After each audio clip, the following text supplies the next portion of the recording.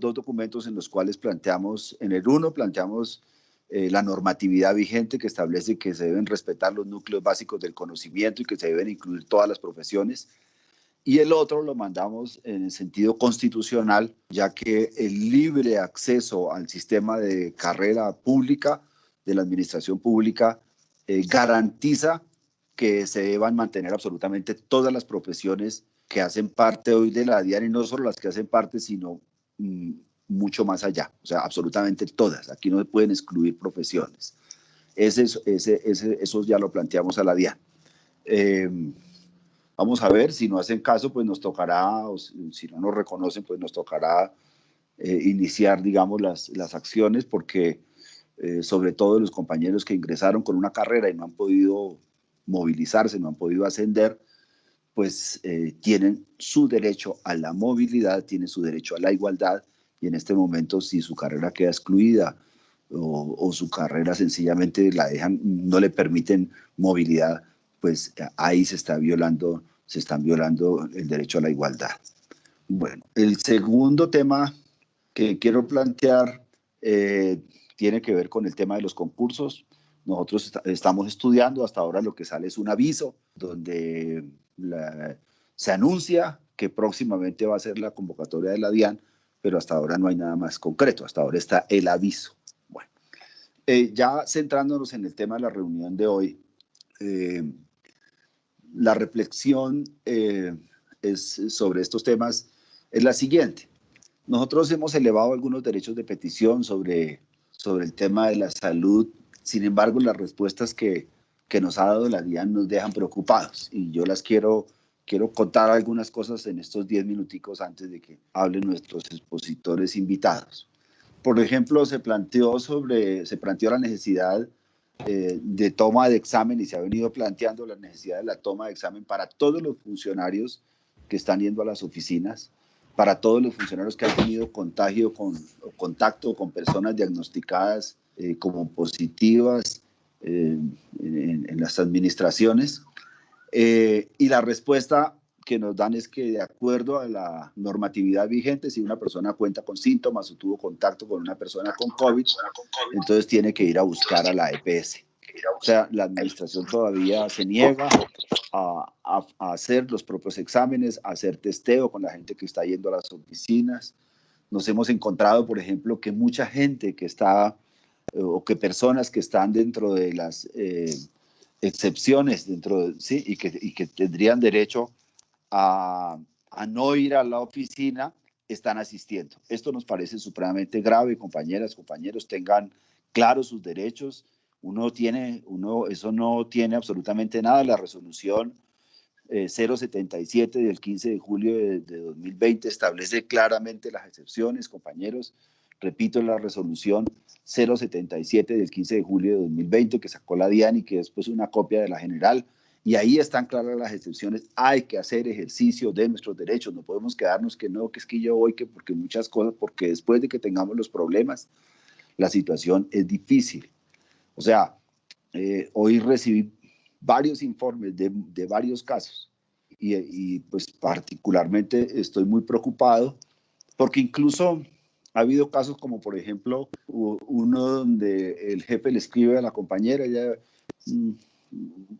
vamos a suponerlo, lo voy a contar, pero lo voy a suponer, digamos, para no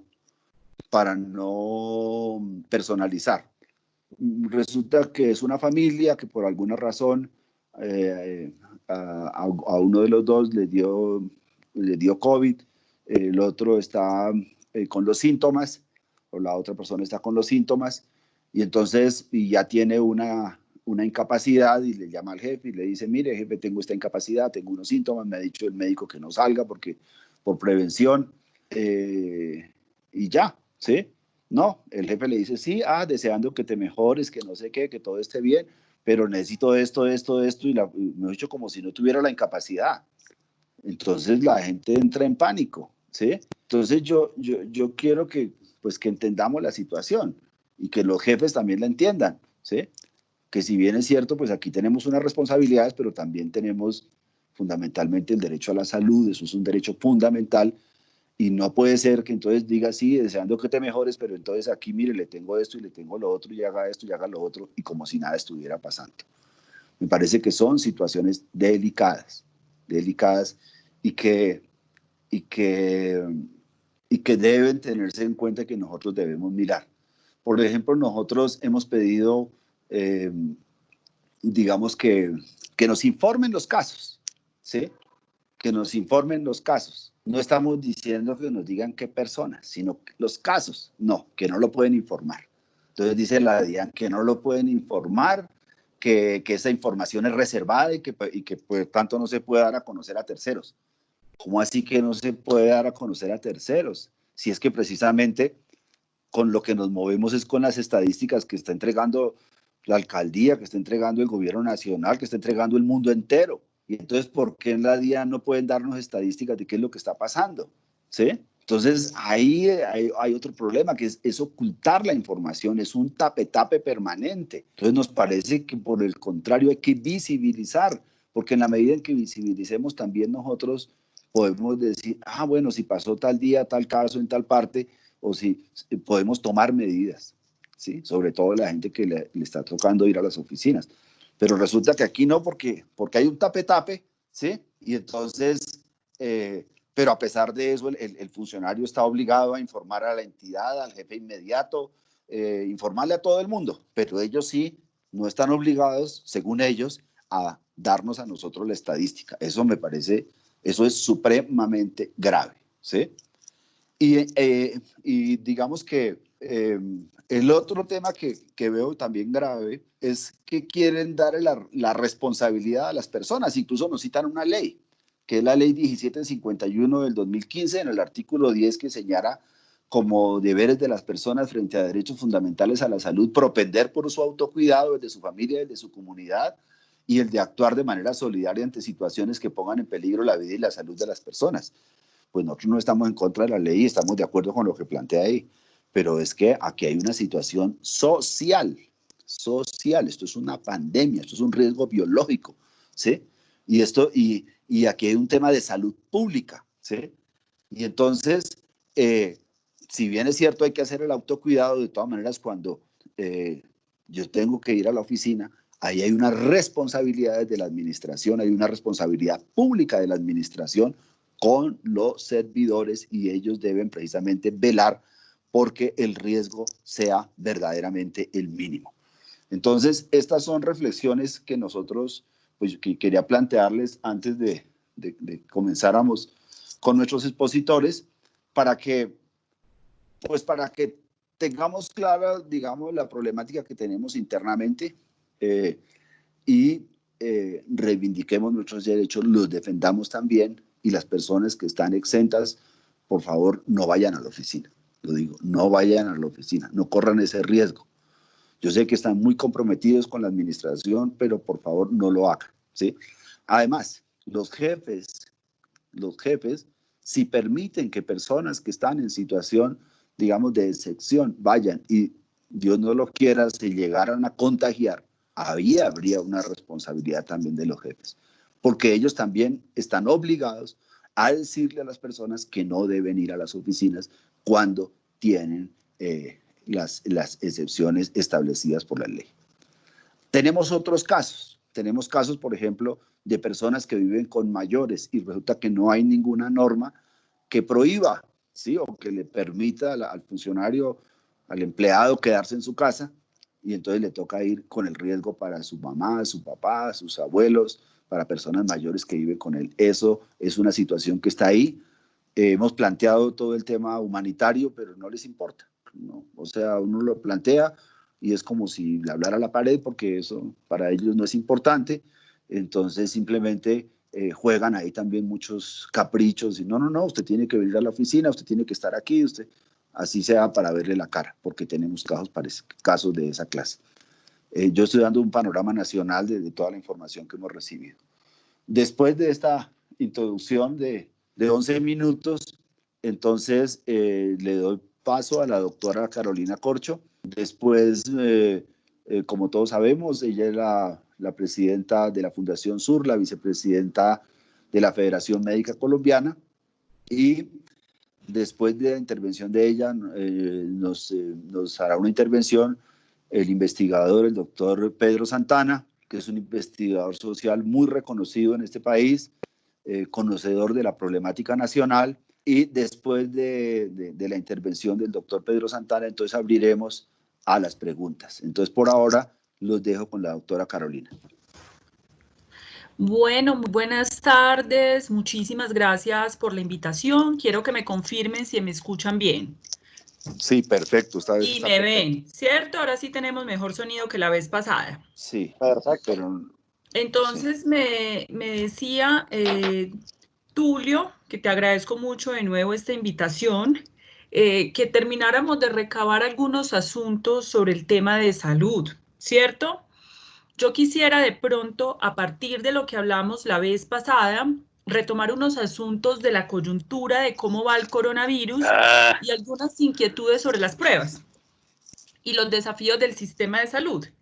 Bueno, lo primero es que en este momento, si tú miras todos los mapas a nivel mundial, la curva colombiana de contagio es de las más inclinadas, el aumento es vertiginoso.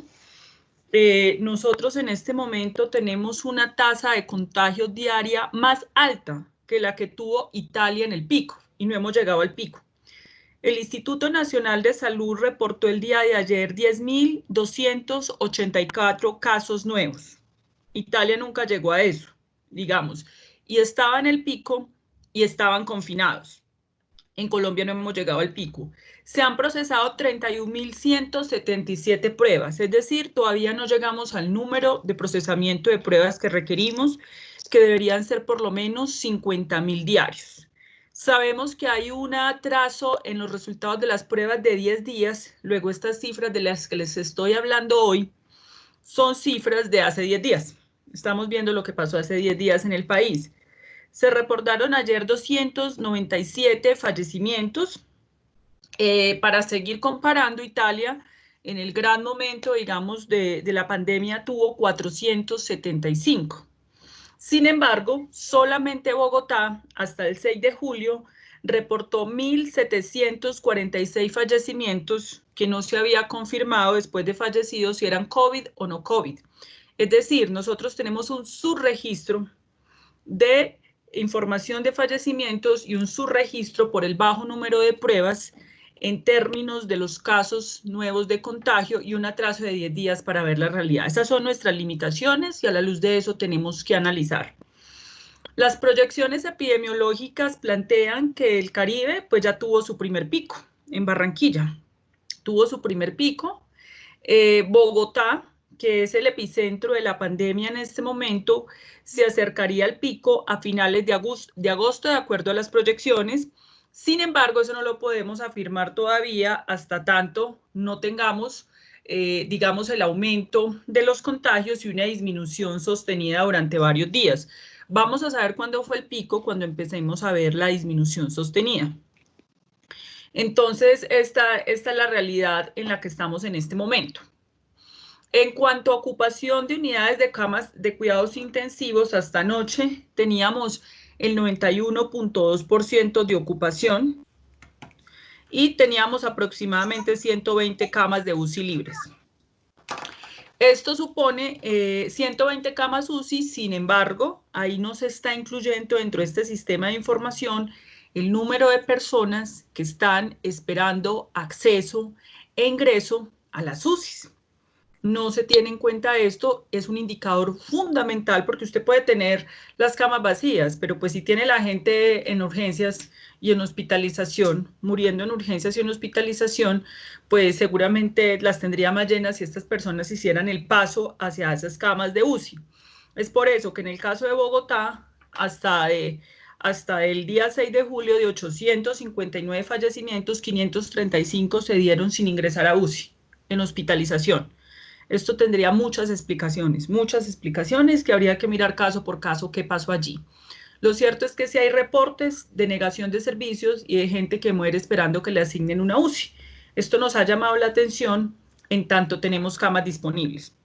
Esto también se replica en todo el país, lo mismo pasó en Barranquilla, donde también hay una importante mortalidad en hospitalización, y digamos nosotros no tenemos los datos de otras regiones, pero parece ser esto un patrón que se repite en todo el país. Esta es la situación actual que tenemos. Medidas adoptadas en este momento ya al punto del pico, digamos, por lo menos en Medellín, en Bogotá y en Cali, que es donde se proyecta podría llegar un pico importante a finales de agosto. Hubo una negación de la cuarentena total, una decisión política de no hacer cuarentena general en estas ciudades. Se planteó hacer cuarentenas por localidades o por escenarios, en Medellín los fines de semana, toque de queda, más unas cuarentenas escalonadas, lo mismo en Bogotá por localidades.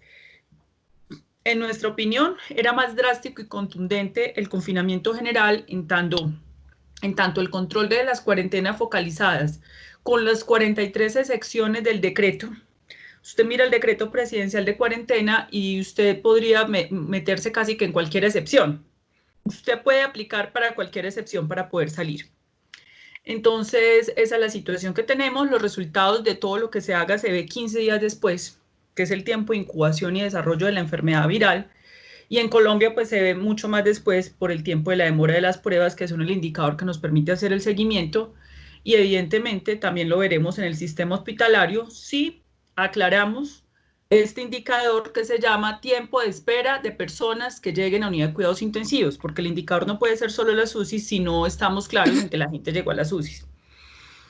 Este es el panorama, es un panorama muy difícil. Hubo una negación, de esto hablará ahorita el doctor Pedro Santana, de la propuesta que se le ha hecho al gobierno nacional de la renta básica extraordinaria, trimestral para 30 millones de colombianos. Ante la negativa de esta propuesta de renta básica, pues evidentemente el confinamiento es una medida mucho más difícil de cumplir. Hemos tenido situaciones de EPS que niegan las incapacidades, en tanto las nuevas medidas que se han tomado.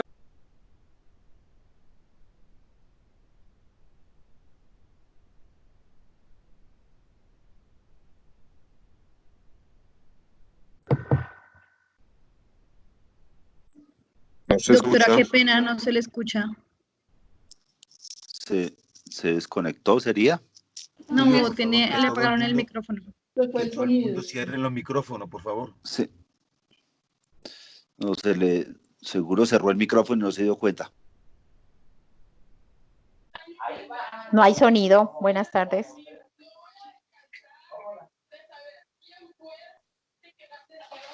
Creo que no nos está escuchando tampoco, Tulio. Sí, creo que la sacó, pero esperemos un momentico, precisamente estoy buscando a ver cómo la aviso, cómo la llamo, pero creo que la sacó creo que Tulio, abre tu cámara y le hace seña. No, porque si la sacó como abro, no, le voy a marcar por el otro lado, a ver qué pasó. Que sí se ve en la cámara, no la sacó.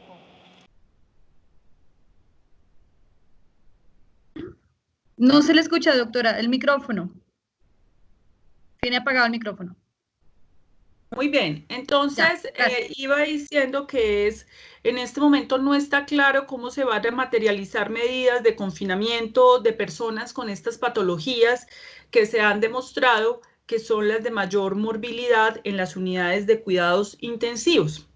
Como no hemos podido demostrar, no se puede materializar, pues porque depende básicamente de las EPS, tendría que ser una decisión de la Superintendencia Nacional de Salud y el Gobierno Nacional, o el uso que pudiera hacer la Secretaría de Salud de Bogotá de las facultades extraordinarias que le dan los decretos del presidente de la República, pues no sabemos si esto pueda materializarse. Esa es la situación en la que nos encontramos en este momento. Aparte de eso, todas las medidas de cuarentena familiar, es decir, si hay un caso positivo detectado, toda la familia entra en cuarentena.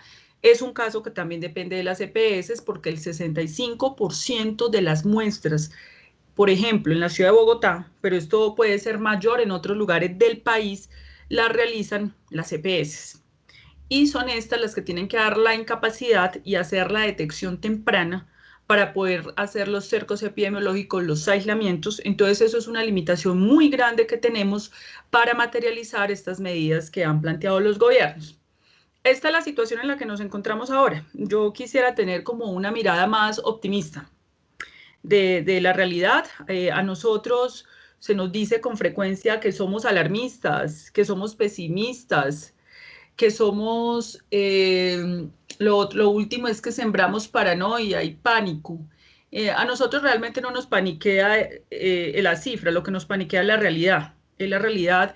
Y para uno construir medidas y políticas públicas, y yo creo que eso no lo hemos podido entender en este país, tiene que tener una lectura realista de lo que ocurre. Tienes que tener sobre una base realista es que se resuelven los problemas. Negando la realidad no vas a resolver el problema. Lo primero que usted tiene que hacer para resolver un problema es identificar el problema, describirlo en su justa proporción, con hechos, con cifras, y esa es la realidad que tenemos. Si la negamos, no la vamos a resolver. Eso está claro. Nosotros hicimos un conjunto de propuestas desde las agremiaciones médicas y de las organizaciones de la sociedad civil, fueron rechazadas. Varias de estas. Tenemos otra limitación ahora y es ya el desgaste, el agotamiento y el cansancio del talento humano en salud.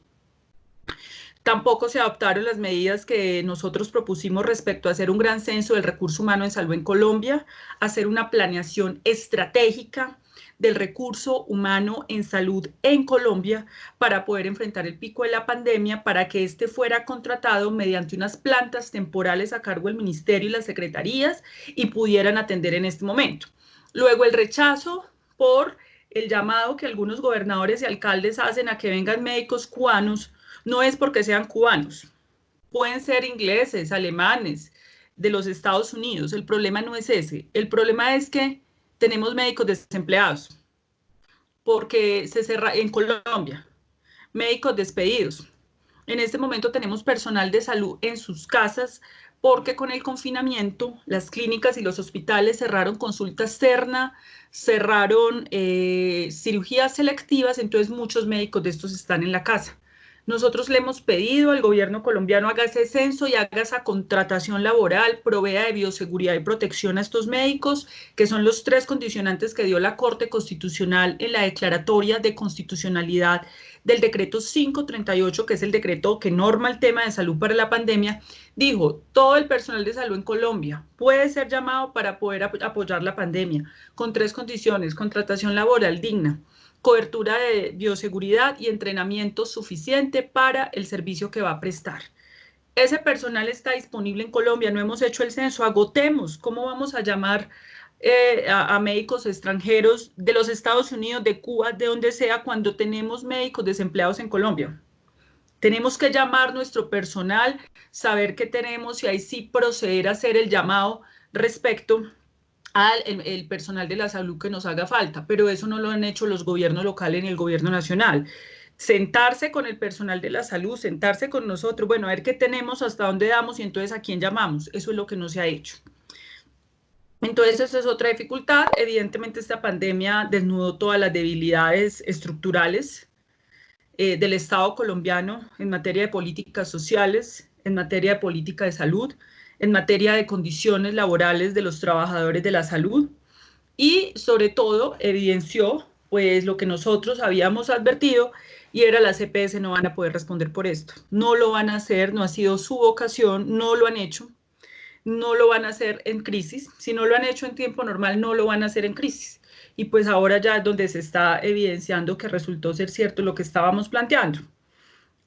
Perspectivas. Pues la perspectiva es que nosotros creemos que pues ya hemos planteado todo lo que teníamos que plantear. Lo hemos planteado todo. Hemos hecho todo tipo de propuestas viables, concretas, para poder resolver este tema. Sentimos de pronto que hay un ambiente en el país de unos mensajes equivocados desde los gobiernos, en tanto dan un parte de tranquilidad de que todo está bajo control, porque evidentemente en una pandemia se juegan los costos políticos. Entonces, aceptar que un sistema de salud puede colapsar es un costo político. Entonces, evidentemente, los gobiernos se juegan a generar un ambiente de opinión pública de tranquilidad, y eso, digamos, a algunos les parecerá positivo, a nosotros nos ha parecido negativo, porque eso ha bajado la guardia en la gente.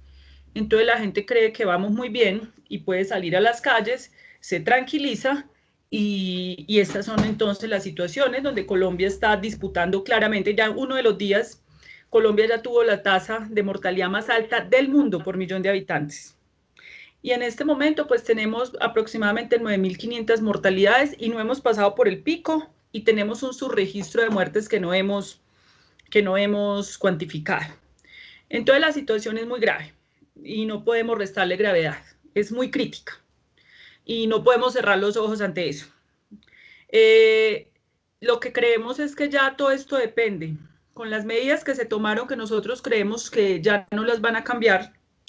Hubo un pulso entre los gremios económicos y los sectores sociales, médicos, de la sociedad civil. Ese pulso parcialmente lo van ganando los gremios económicos. Digamos que de alguna manera nosotros logramos que se pudiera confinar el 60% de la población bogotana, pero igual son tantas las excepciones del decreto nacional, pues que evidentemente esto es muy difícil de controlar, y el tema de las incapacidades y el tema de la renta básica.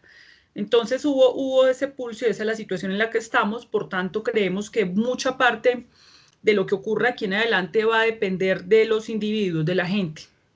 No debería ser así, pero va a depender de los esfuerzos que hagamos cada uno de nosotros, del autocuidado, el lavado de manos, el tapabocas, de cómo podamos tratar de hacer negociaciones que podamos hacer nosotros en nuestros trabajos para estar en nuestras casas, de las medidas individuales que nosotros podamos hacer durante estos momentos críticos para poder estar en la casa y en la conciencia ciudadana.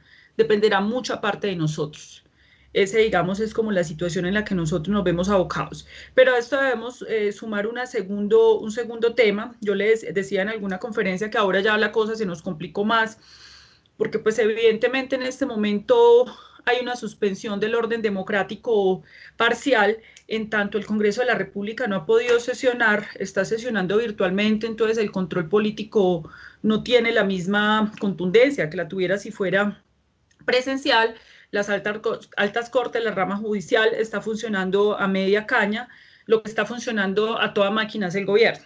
Entonces el sistema de contrapesos ha sido complicado. El contrapeso básicamente lo hemos generado desde la sociedad civil, con la comunidad científica, en el caso nuestro, médico-científica, y con las organizaciones sindicales y la sociedad civil, que hemos podido construir algunos contrapesos desde la opinión pública, desde propuestas como la renta básica que nacieron en la sociedad civil y se incorporaron al Congreso de la República, pero estamos preocupados porque en todo caso el Congreso sigue funcionando. Entonces ahora a nosotros nos toca tener un ojo en el hospital y otro ojo en el Congreso.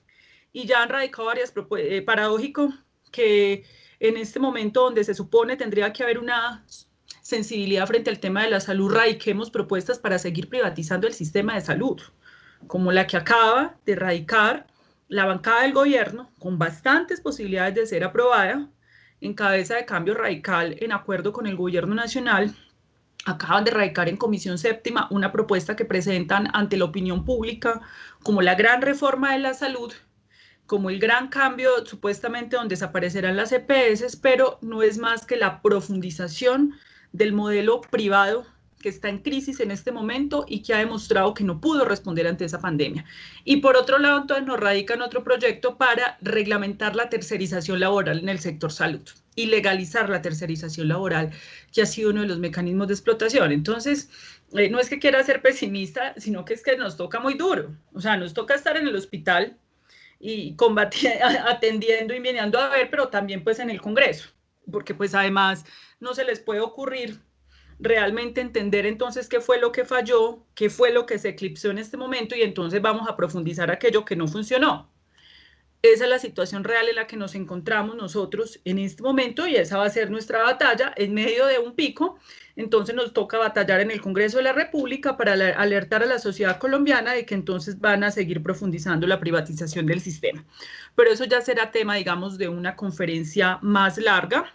Tulio, me dices cuánto tiempo me queda y para yo ir redondeando de pronto. No, pues sí, pues sería que redondee, le damos la palabra a Pedro y después abrimos las preguntas.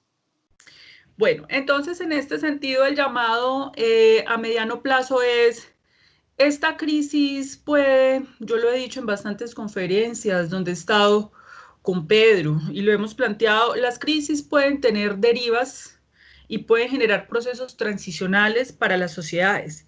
esta crisis puede tener una transición democrática hacia la democratización del país, hacia hacer grandes reformas que se requieren, que quedaron al desnudo y evidenciadas en esta crisis, como por ejemplo la reforma a la salud, como por ejemplo una reforma tributaria que grave los grandes capitales. Esto quedó claramente evidenciado con la propuesta de renta básica, donde básicamente se podía financiar estos 30 millones de colombianos cobrando el impuesto a los ricos y súper ricos que le hacían exenciones de impuestos. Una reforma al problema de la soberanía alimentaria, agrícola, al agro. Eso puede ser una transición democrática, pero también la transición puede ser hacia el retroceso, hacia el autoritarismo, hacia el fortalecimiento del sistema de intermediación financiera de las EPS, hacia el fortalecimiento de la Ley 100. Dependerá de la correlación de fuerzas que generemos, de las fuerzas sociales y políticas en ese proceso de transición. Por lo pronto, en el Congreso de la República va a continuar una batalla que ya empezó en los hospitales de Colombia, que ya tenemos en los hospitales de Colombia en esta batalla con el COVID, pero seguiremos en el Congreso de la República ya en este debate que nos pone el gobierno de poner esa reforma allí para continuar en la privatización del sistema. Entonces yo quiero cerrar y te agradezco mucho esta invitación, Tulio, porque pues a nosotros sí nos interesa mucho como agremiación médica estrechar los lazos con el movimiento sindical, porque sé que tenemos muchos asuntos en común para emprender todas estas discusiones sobre las distintas reformas del país. Muchísimas gracias. Sí, pero por favor no se vaya a retirar porque al final, yo me quedo después de aquí, que claro, intervenga Pedro. voy a quedarme acá. Sí. Entonces le damos la palabra al investigador, sociólogo y amigo Pedro Santana. ¿Aló? Sí. ¿Aló, Pedro? Tulio, él ya se pudo conectar porque él ahorita me estaba diciendo que tenía unas dificultades, pero ya tú te comunicaste con él. Sí, yo le pregunté y no me volvió a decir nada. Yo le pregunté. Yo le mandé el link, ya... yo le mandé el link. Espérate un momentico.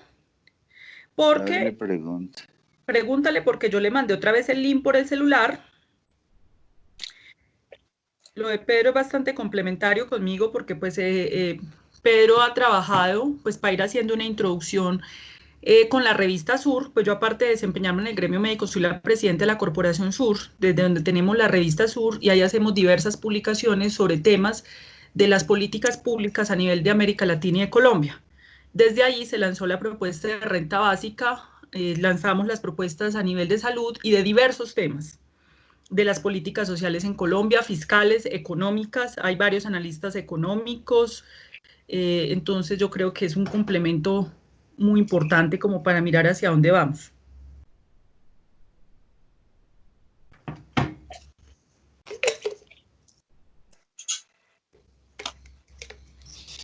Mire, entonces vamos a abrir a preguntas porque nuestro investigador no ha podido conectarse. Entonces, compañeras, compañeros, los que quieran, por favor, hacer las preguntas a la doctora Carolina. Abrimos, pidió la palabra la compañera Tatiana, entonces para que vaya comenzando a hablar ella. Los que no quieran hablar pueden escribirme por el chat. ¿Sí? Mientras que Pedro se conecta, vamos respondiendo preguntas. Se conecta, sí, vamos resolviendo las preguntas, sí.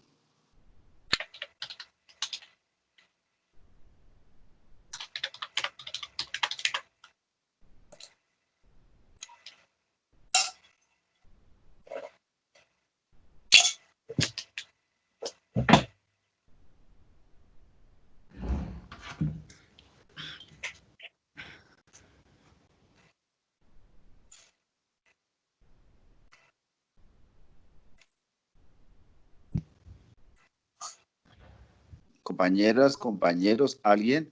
Yo vi aquí que pidieron la palabra. A ver.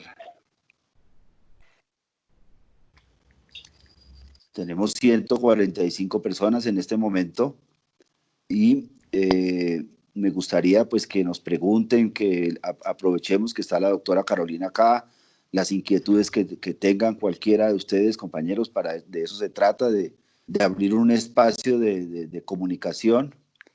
Entonces, por favor, dudas que tengan sobre el tema de salud, sobre el tema de psicología, sobre la situación de la salud en general, sobre la problemática que se está planteando en este momento, sobre los Doctor, temas yo que ya tengo una planteado. pregunta. Hable, compañera. Buenas tardes, doctora, una pregunta. Pues los indicadores hasta el momento nos hablan sobre las afectaciones en personas mayores, pero puntualmente en los niños, pues muy poco información se escucha sobre niños afectados por esos contagios o por los síntomas también. Entonces, pues al principio decían que a los niños no les afectaba igual o que no les daba, pero pues sí son transmisores de este virus. Entonces, ellos, o sea, ¿cómo es el manejo con ellos? Y si es cierto o no que ellos no son tan vulnerables ante esta epidemia. Si quieres, hacemos 2 o 3 preguntas y ahí las respondo cuando hayan 3 preguntas. Doctora, Oscar Hernando Vega, yo quisiera preguntar, ¿qué tan confiables son los datos que está reportando el Ministerio de Salud referente a las muertes y a los contagios?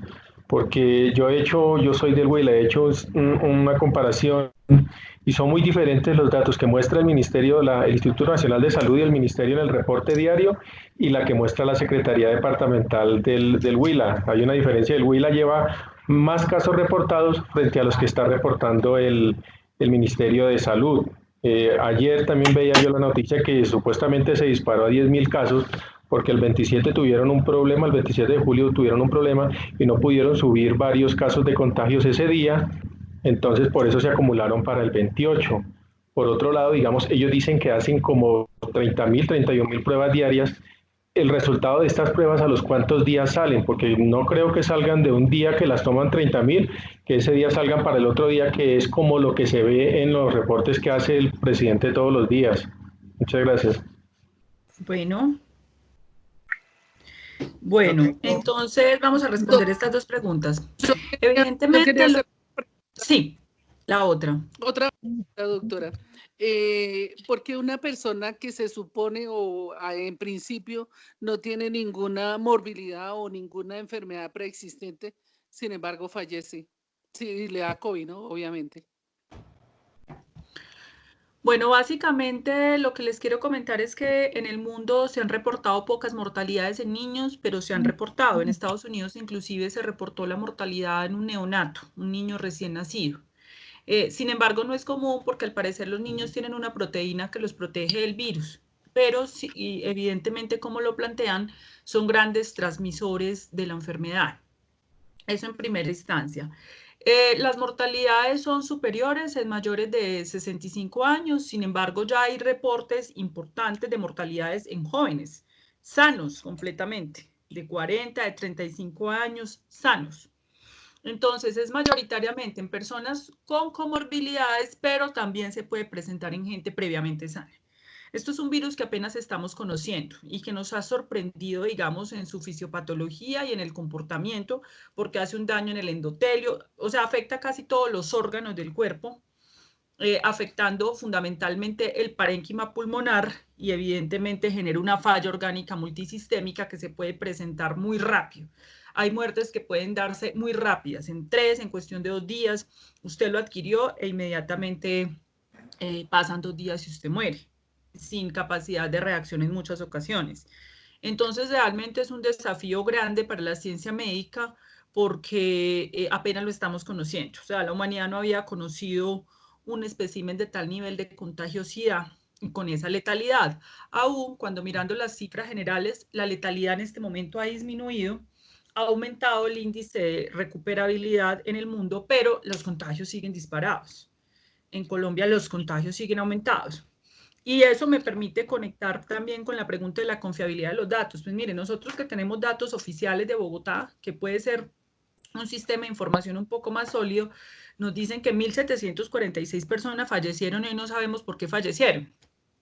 No sabemos ni siquiera si fue por el virus. Nosotros en Colombia tenemos un problema muy complicado con el sistema de salud. Es que nuestros debates sobre el sistema de salud en Colombia son debates muy ideológicos, porque en general nosotros no tenemos sistemas de información públicos, en línea, nacionales, claros, unificados, porque cada EPS hace su reporte. Es un sistema completamente fragmentado. como el Estado le entregó el control a las EPS del sistema y por ahí derecho de la información es supremamente importante para el debate público y para tener claridad de las acciones. Entonces está claro que aquí hay un subregistro, eso está claro. También está claro que estamos procesando menos muestras que las que podríamos procesar, eso también está claro. También tenemos claro que que hay EPS que se están demorando hasta 10, 20 días para entregar las pruebas y que ni siquiera las están tomando ante el pedido de la gente, eso está claro. Entonces dígame si no estamos a la ciega. Y aún así, estamos dentro de los principales países del mundo en contagio, o sea, aún así, con esas cifras que tienen muchas dificultades para hacer un registro epidemiológico, que no son cifras en tiempo real, estamos dentro de los primeros países del mundo en la tasa de contagio. Nuestra pendiente es casi vertical en el aumento, aún así. Entonces, eso es con las cifras que tenemos. Entonces, imagínense cómo es la realidad. Es que la preocupación es muy grande. No es paniquear a la gente, no, es que la gente tenga la claridad y el principio de realidad de lo que puede estar pasando, para que la gente también tome decisiones, para que la gente también le hable con claridad a su jefe y a su patrón. Bueno, es que esto es serio y aquí tenemos que tomar medidas, ya que el Estado colombiano no hizo lo suficiente, pues nos toca a cada uno de nosotros en los litigios personales individuales que tenemos tomar ciertas decisiones de poder estar en la casa. Esa es la segunda pregunta que me habían hecho. Doctora Carolina, una pregunta. Hoy hubo un importante anuncio de 2 laboratorios sobre la vacuna supuestamente para octubre. ¿Qué expectativas ciertas y reales tenemos? ¿Qué diligencias está haciendo el Estado? ¿Qué sabe usted de las políticas que garanticen el acceso a esa vacuna? Bueno, aquí tenemos una situación bastante complicada. La situación que tenemos bastante complicada, el ministro de Salud recientemente lo entrevistaron sobre estas vacunas, porque en este momento en el mundo se están adelantando 24 estudios de vacunas, que tienen que completar todos los estudios poblacionales de efectividad, de eficacia, eso es un proceso largo. Entonces, el ministro de Salud lo que ha informado es que ya tienen unos acuerdos de confidencialidad con 5 firmas farmacéuticas, entre esas Pfizer, ¿cierto? Aquí la preocupación que nos asiste es la propuesta inicial, lo que pasa es que no hay un liderazgo global al respecto, era que la vacuna tendría que partir de un acuerdo multilateral global de todos los países, coordinado por la Organización Mundial de la Salud, para que fuera un bien de interés de la humanidad. Y esto no cayera a la rapiña del negocio transnacional de las farmacéuticas, que es uno de los negocios más rentables del mundo, Pueden ganar hasta el 1000 o 2000%, o sea, las ganancias de esta gente superan vertiginosamente la ganancia de muchas industrias en el mundo. Entonces, en ese sentido, parece ser pues que están saliendo varias empresas de Pfizer. La dificultad que tiene la Organización Mundial de la Salud, que debería ser el organismo multilateral, es que la Organización Mundial de la Salud en los últimos 5 años su financiación ha sido cooptada por corporaciones privadas. El 80% de la financiación de la Organización Mundial de la Salud, de acuerdo a cifras de IFARMA y organizaciones de la sociedad civil muy serias que han estudiado ese tema, proviene de corporaciones como Melinda Gates, la Fundación Gates Melinda, también hay otras fundaciones, corporaciones de los Estados Unidos relacionadas con la industria farmacéutica. Entonces, alcánzate tú a imaginar pues la independencia que podrá tener la Organización Mundial de la Salud. Es que el problema que tenemos acá es que para usted tomar decisiones de salud tiene que tener independencia. La independencia es fundamental, inclusive eso aplica para Colombia. ¿Cuál es el papel importante que tiene la sociedad civil en este momento en Colombia? Cualquier decisión de salud, cualquier cifra de salud va a tener un impacto y un costo político para un gobernante, sea para Claudia López aquí, para Iván Duque, Carlos Caicedo, para el que sea. Luego, la sociedad civil tiene que ser independiente de esos gobiernos para poder hacer un contraste objetivo, claro, empírico, fundamentado en hechos, y poder que la sociedad tenga equilibrios y pueda tomar las mejores decisiones. Ese fue el problema de la Organización Mundial de la Salud. Eso tenía que hacer una agencia pública, de financiación pública de los estados, y no podía entregarle su financiación a corporaciones privadas, porque efectivamente, como ocurrió, las corporaciones privadas iban a condicionar las decisiones de la Organización Mundial de la Salud y las priorizaciones y la prioridad en investigación. Entonces la Organización Mundial de la Salud queda más o menos acomodándose a las fuerzas. Entonces acaba de decir la Organización Mundial de la Salud ayer, después de que todo el tiempo dijo los confinamientos y las cuarentenas generales son efectivas, además porque es de sentido común. Si el virus se transmite por el contacto de la gente, entre más gente haya en la casa, pues menos hay contagio. Y de repente aparece la Organización Mundial de la Salud diciendo, no, pero de pronto no puede ser así. De pronto puede ser que si se confinan una gente allí y otros no, otros salen y trabajan, entonces eso no es claro. Pues, porque uno ve claramente, bueno, ¿qué fue lo que pasó acá? Usted tiene que plantear el problema con claridad. Ah, que va a haber una debacle económica, listo, entremos y discutamos entonces. Pero lo que usted no puede decirle al mundo es que usted no se va a morir si sigue en contacto en la calle. Usted tiene que plantear la cosa con claridad y ya que los políticos decidan. Los políticos ya tendrán que decir, bueno, entonces cambiemos el modelo económico. O nos toca pensar otra economía. ¿O qué hacemos? Pero un organismo sanitario, nacional, departamental, no puede ir plegando a la postura de los costos políticos. No. Eso es lo que ha pasado en el mundo. Y ese es el problema que tenemos con la vacuna. Entonces, como la Organización Mundial de la Salud perdió credibilidad, cada laboratorio hizo su vacuna. Y cada estado está negociando aparte con cada laboratorio. Entonces, ahí vienen las discusiones de en cuánto van a vender eso, para que sea asequible, porque eso puede ser un gran negocio, por la incapacidad política de hacer un acuerdo multilateral para que esto sea de acceso universal para la humanidad, para los vulnerables y para todos en condiciones de equidad. Ese es el problema que tenemos. Vamos a ver cómo evoluciona, pero aquí ya hay 5 acuerdos de análisis con 5 farmacéuticas, a ver cómo se va a acceder a eso. Esa es la situación que tenemos.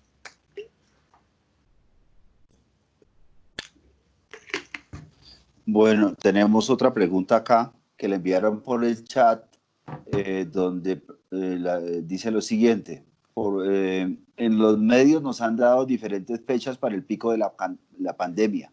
Se supone que esta semana íbamos a pasar por el pico. Bueno, mire, en el punto en el que estamos, eso ya nadie lo sabe.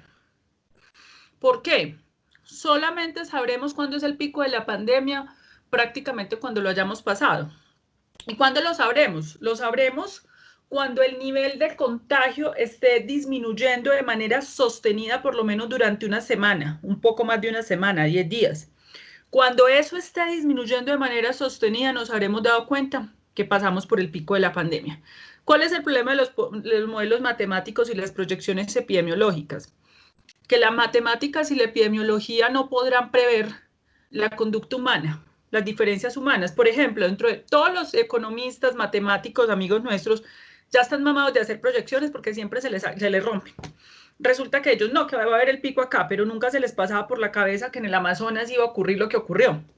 No se les pasó por la cabeza que en una cárcel iba a haber un foco de contagio y eso era incontrolable porque es una cárcel hacinada. Entonces siempre hay variables sociales que usted no puede controlar en esas proyecciones matemáticas y sobre todo en Macondo, en Colombia, que tiene un comportamiento errático de lo más increíble del mundo, para usted poder decir matemáticamente eso cuándo va. Entonces lo que nosotros sabemos en este momento es que vamos casi que en picada, o sea, vamos en un ascenso así. Las gráficas del Financial Times, que muestra las gráficas de todo el mundo, muestra la gráfica de Colombia supremamente empinada. Y lo que también sabemos es que estamos aumentando la mortalidad. O sea, vamos a llegar a Italia. Estamos en 297 diarios con el subregistro de que les hablo, porque ellos tenían mejores registros, eso también es cierto. Y que tenemos más contagios que Italia. Es que escuche lo grave de esto. En el máximo pico de Italia, ellos estaban preocupados porque habían llegado a 6.000 contagios en un día. Y estaban en pico. Y estaban encerrados todos. Nosotros aquí llevamos 10.000 en un día. Y no estamos en el pico. Eso es alarmante. Yo no sé con qué tranquilidad se puede sentar el presidente todos los días a las 6 a dar un parte de tranquilidad con esto sin tomar las medidas que habría que tomar. Entonces esa es la situación. El pico lo sabremos es cuando ya empecemos a mirar ese descenso y hay que tener en cuenta que es el primer pico, porque en la mayoría de países se presenta un segundo pico, la segunda ola y los rebrotes. Entonces, lo que yo le planteaba a algunos sectores de la prensa, mire, es que si no entendemos que el mundo tiene que cambiar y el país tiene que cambiar, ¿por qué seguimos resistiendo a seguir como si nada hubiera pasado? No es posible, nos toca cambiar la forma como entendíamos la economía, la forma como entendíamos las relaciones laborales, humanas, nos toca cambiar, porque esa es la realidad que estamos enfrentando. Sumado a que ya los círculos de la ciencia están detectando un nuevo virus que puede tener un potencial pandémico como este, en los cerdos. Lo que quiere decir que podemos resolver el problema de este virus con una vacuna, pero puede emerger el otro virus. Entonces ahí es donde tiene que haber un cambio del modelo de investigación y de salud pública en el mundo, para que esto no siga pasando. Pero hay que reconocer el problema. Si usted lo niega, no lo resuelve. Ese es parte, digamos, como el planteamiento que nosotros hacemos.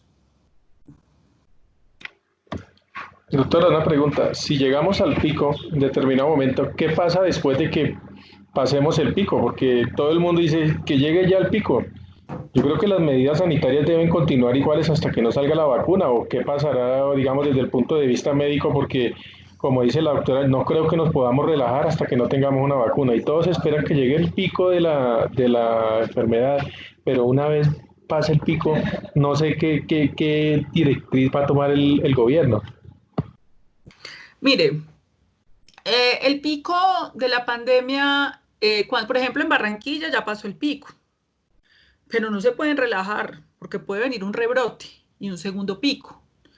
Evidentemente esto es un asunto de mediano y largo plazo y eso lo tenemos que entender los colombianos y lo tiene que entender el Estado colombiano, que resiste a decir que no pasa nada. Entonces, en ese sentido porque cuando pasa el pico, el sistema de salud queda agotado, el personal de salud se agota mentalmente, queda gente incapacitada, gente enferma, se agota. Ya el sistema se colapsa, entonces vas a enfrentar el segundo pico con menos gente, con un sistema de salud más agotado en sus recursos, en oxígeno, porque el problema es que nosotros tenemos un déficit de oxígeno para poder conectar los ventiladores en los hospitales. Nosotros no, el problema del sistema de salud colombiano es muy estructural. Con las mejores de las medidas no lo hubieras podido resolver en 4 meses, pero además con las medidas que tomaron aquí, pues menos, porque ni siquiera hicieron lo mínimo que se podía hacer. Y excúseme en que sea tan crítica, pero el problema, alguien me decía, no, pero si usted es psiquiatra, Carolina, todos nos vamos a deprimir. Yo le decía, no, es que yo soy psiquiatra, yo no soy coaching, porque el coaching, pues, de pongámosle mente positiva cuando la realidad es otra, no se puede. Entonces, es un sistema muy frágil. Nosotros en este momento tenemos hospitales y clínicas de Bogotá documentadas por nosotros, al 150%, al 200% en los servicios de urgencias, al 200% del servicio de urgencias. Diariamente tenemos 4 personas conectadas a un ventilador en urgencias que deberían estar en UCI esperando que lo remitan. Hemos tenido noticias de que la EPS pelotea, que no, que sí, que no, lo que hacen siempre las EPS. Nosotros estamos francamente preocupados porque es que nosotros no solo estudiamos este sistema de salud, sobre el cual escribimos, sobre el cual publicamos, nosotros vivimos en este sistema de salud, trabajamos en los hospitales de Bogotá. Nosotros sabemos cómo es esto, uno aquí con un paciente ventilado y entonces que no hay cama y uno llame allí, llame allá y que no hay cama, pero resulta que por televisión están diciendo que vamos muy bien. Eso es un contrasentido, es una esquizofrenia, es una disociación entre la realidad y entre lo que se plantea. Que vamos muy bien y que el sistema de salud colombiano es maravilloso.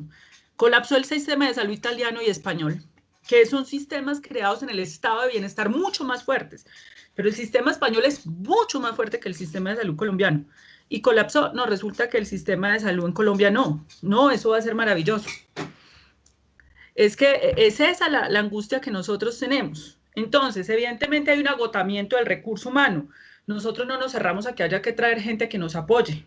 Lo que pasa es que en este desorden que tenemos, tenemos médicos desempleados, imagínense pues, en este desorden es muy complicado. O sea, uno en una pandemia con médicos desempleados en la casa llamando médicos de otros países, eso no tiene presentación de la clase política de este país.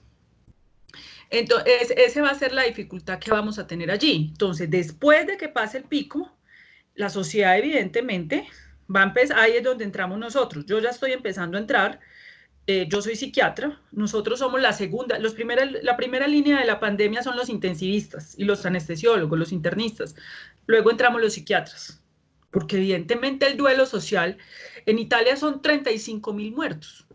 Y en este momento las demandas disparadas. Ya los familiares de las víctimas se unieron con los médicos, vamos a demandar es al Estado. Porque al principio era, demandemos a los médicos, ya los médicos dijeron, vean, nosotros quedamos enfermos, perdimos muchos de nuestros compañeros, demandemos es al Estado italiano por el manejo que hizo acá. Porque obviamente las familias quedan, los duelos son terribles, porque entramos en una situación de duelo muy difícil. Siempre que usted hace el duelo, la lucha de Occidente en el duelo es la lucha por el cuerpo. Usted tiene que encontrar el cuerpo, y sobre el cuerpo usted llora. El problema de lo que nosotros llamamos de duelo ambiguo es cuando usted no tiene un cuerpo sobre el cual llorar, que es el problema del desaparecido. En Colombia de pronto tengamos más resiliencia, porque aquí hay gente haciendo duelos de un hijo que desapareció hace 20 años y que está en una fosa común y no se sabe dónde está. Y eso es un duelo tenaz porque usted no pudo hacer la despedida, usted no pudo tener ahí el cuerpo. Eso es muy importante para la mentalidad de Occidente. En Oriente eso no interesa. Y a ese duelo nos vemos sometidos porque evidentemente por la contagiosidad del virus, los protocolos dicen que tiene que haber cremación. Entonces la gente no alcanza ni siquiera a ver a su ser querido y queda en una situación muy dolorosa. Entonces ahí es donde nosotros ya entramos, los psiquiatras, ya nosotros estamos empezando a enfrentar eso, pero empezamos también a ver un personal de la salud supremamente agotado, que está, digamos, en una situación ya de ruptura, de estrés, de ansiedad, de depresión, y nos toca entrar a asistir a ese personal para enfrentar el segundo pico. Esa es la situación.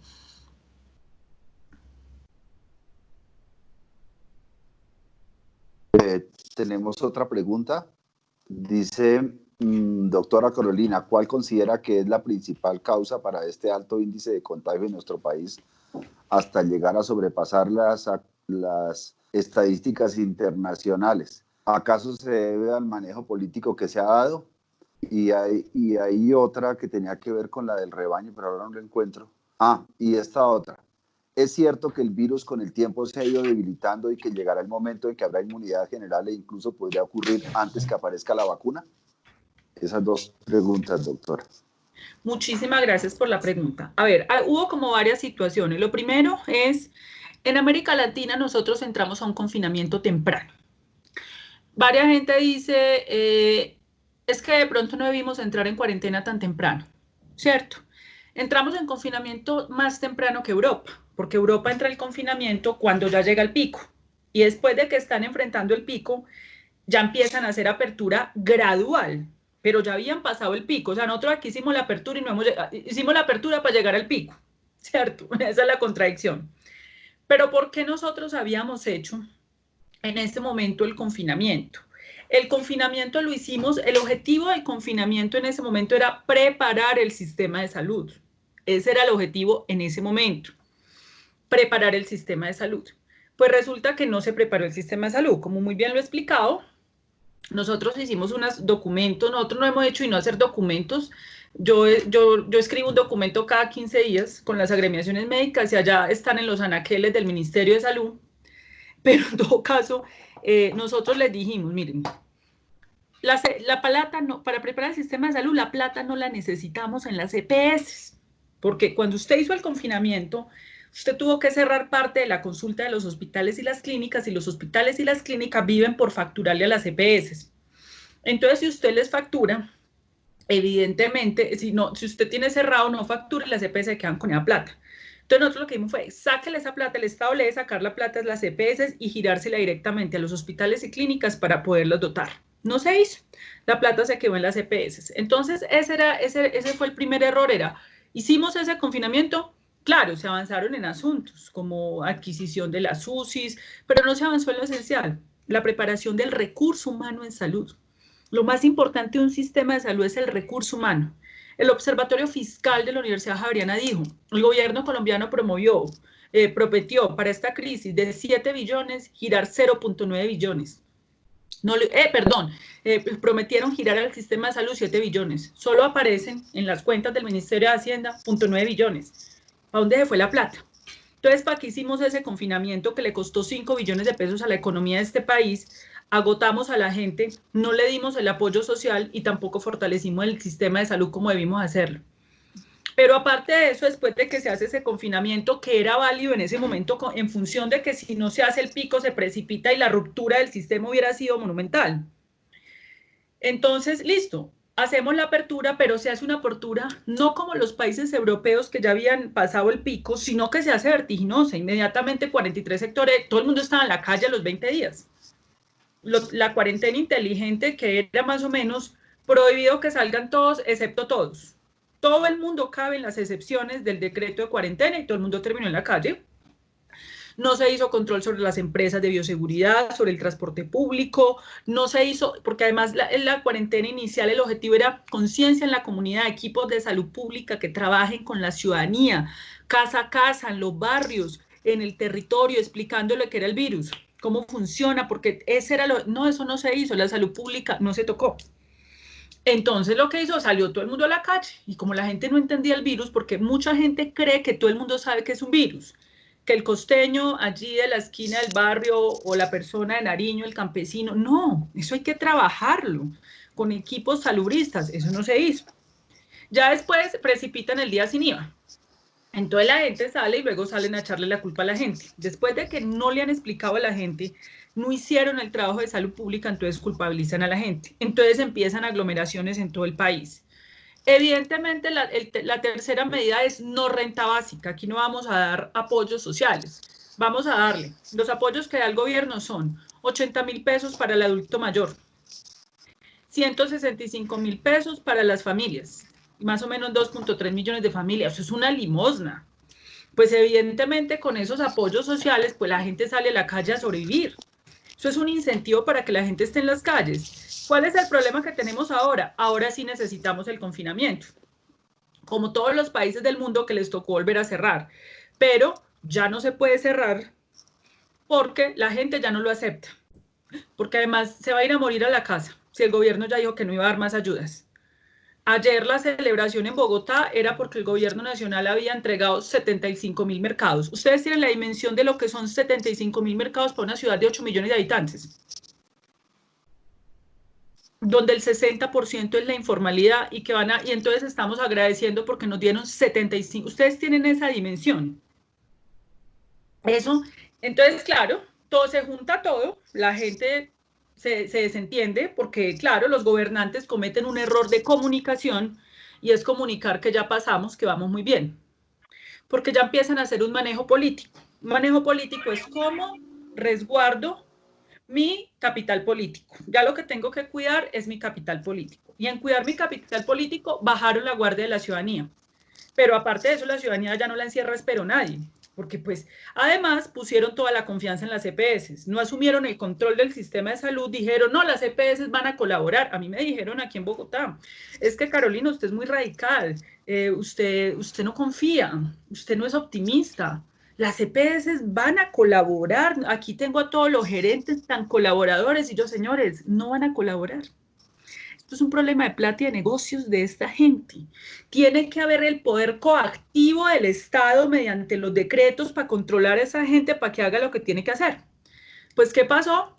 Que hoy están saliendo a demandar penalmente a las EPS, a decir la EPS no cumple, les toca, porque ya se dieron cuenta que no les respondieron. Ya esa luna de miel de 5 meses no funcionó, entonces ahora me toca lavarme las manos y decir que fue culpa de esta gente porque yo no me voy a echar la responsabilidad encima. Pues me parece muy bien que demanden penalmente a las EPS, pero pues a ver, es que lo habíamos dicho que no iban a responder.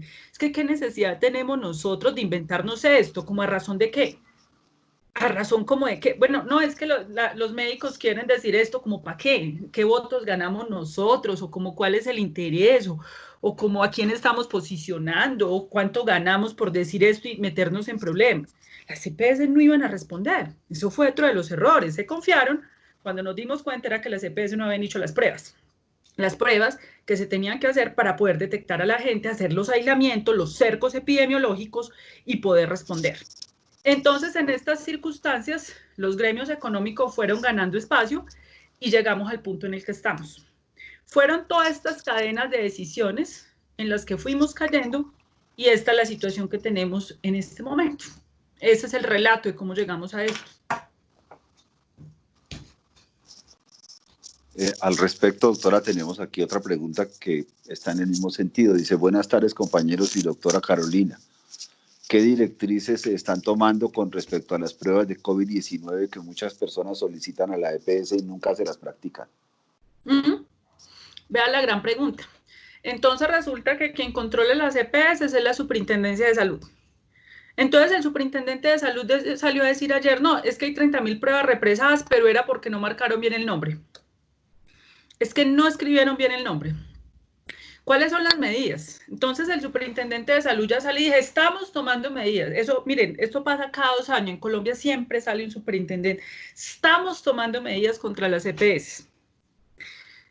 ¿Qué propusimos nosotros acá en Bogotá? Mire, usted no va a poder controlar a las EPS si usted no diseña un sistema de información público en línea, donde se esté diciendo paso a paso qué están haciendo esas señoras, si autorizó, si no autorizó, el paciente dónde va, porque cuando usted somete con información pública en tiempo real, los pone contra la pared ante la opinión pública. No, nos dijeron que no, que eso era muy exagerado, que nosotros éramos gente muy exagerada, que las EPS iban a colaborar. Entonces, el superintendente, pues, que es un tipo que proviene del mundo asegurador, porque el problema de las superintendencias de salud de este país es que son la mayoría de superintendentes son tipos que vienen de las EPS. Eso es una puerta giratoria. Entonces, no, él ha hecho grandes anuncios, no, estamos en la mira. Pues esperemos. Pues uno confía, pero pues hemos visto pasar tantos superintendentes, Tulio, ¿cuántos superintendentes no hemos visto pasar nosotros por acá? La investigación de Medimás, que nosotros fuimos los que denunciamos eso, Medimás es para que ya estuviera cerrada y liquidada. Y ahí está, cerrada y liquidada, con un desfalco demostrado de 3 billones de pesos. Demostrado. Peso a peso, ahí está, ahí va, Medimás. Entonces, ese es el tema. Nosotros hemos decidido hacer el control social y evidentemente hacerle veeduría a todo esto, hacer un seguimiento por medio, es lo que podemos hacer, es lo que tenemos que hacer, no nos queda otra posibilidad, pero ese, digamos, es como la realidad que tenemos ahora. Entonces, ¿qué hay que hacer? Que los ciudadanos, cada uno luche, nos toca con la tutela, es la única herramienta que nos queda, empezar a poner la tutela, empezar a movilizar a los órganos del Estado para que algo pase. Eso es básicamente lo que nos corresponde hacer, apelar a los instrumentos ciudadanos, que la sociedad civil haga su trabajo, que es lo que nos ha correspondido a nosotros aquí. En Colombia, muchos de los grandes, recientemente teníamos una discusión, no quiero decir el nombre, con algún gobernante de este país, que nos decía, es que ustedes no pueden creer que la información la pueden generar ustedes. La información de ustedes tiene que ser la información oficial del Estado porque ustedes están confundiendo a la ciudadanía. Yo mire, si en este país se hubiera tenido en cuenta solo la información del Ministerio de Defensa y del Estado colombiano, jamás hubiéramos sabido de los falsos positivos. Jamás hubiéramos sabido de las masacres que se han cometido en este país. Menos de la parapolítica. Aquí la sociedad civil ha tenido que tener sus propias fuentes para documentar y sobre todo en salud pública. Nosotros tenemos que tener nuestras propias fuentes primarias para documentar, hacer seguimiento, plantear, hacer nuestro propio seguimiento de las EPS, porque esa es la función de la sociedad civil, y eso es una democracia. ¿Quién dijo que las cifras oficiales eran verdaderas? No es cierto, en ninguna parte del mundo, ni tampoco en salud pública. Las cifras oficiales tienen que sostenerse frente al escrutinio público. Tienen que ser sostenidas, si no se sostienen frente al escrutinio público, la autoridad pública tiene que explicarlas, pero tienen que ser sostenibles y tienen que resistir un debate público y un debate de fuentes primarias de la sociedad civil. Y como nosotros tenemos los médicos en los servicios y hospitales, hemos planteado la situación como están los hospitales. No nos han podido contradecir, porque es vaya contradiga pues el médico que está ya atendiendo al paciente. Esas son nuestras fuentes. Entonces, ese es lo que podemos hacer ahora frente a esa situación.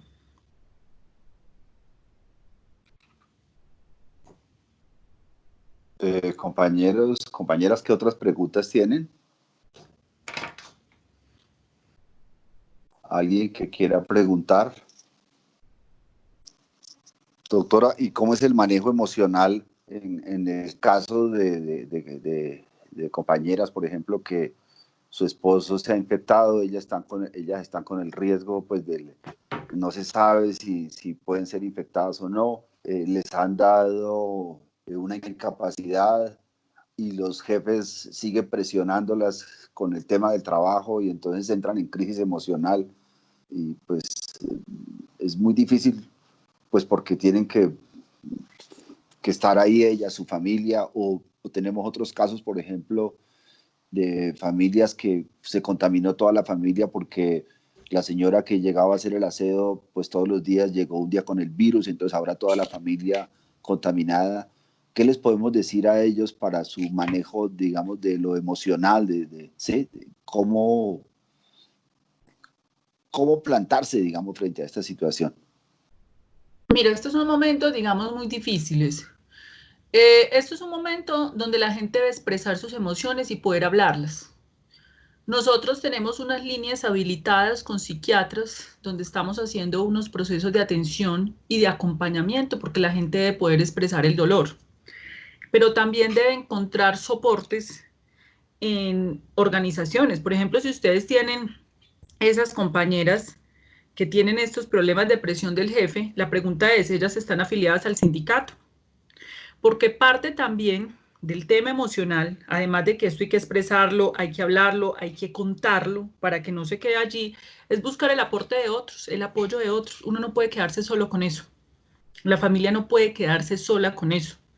Tal vez una manera también de disipar es saber que hay otros que están en esta circunstancia, encontrar también a otros y mirar otros cómo lo solucionaron, hablar con ellos, mirar a ver, porque uno de los asuntos en lo que uno no puede caer, que es el sentimiento. Nosotros, por ejemplo, el desenlace fatal de los psiquiatras, si el desenlace fatal de un cardiólogo es que el paciente haga un paro cardíaco, el desenlace fatal de los psiquiatras es que el paciente se suicida.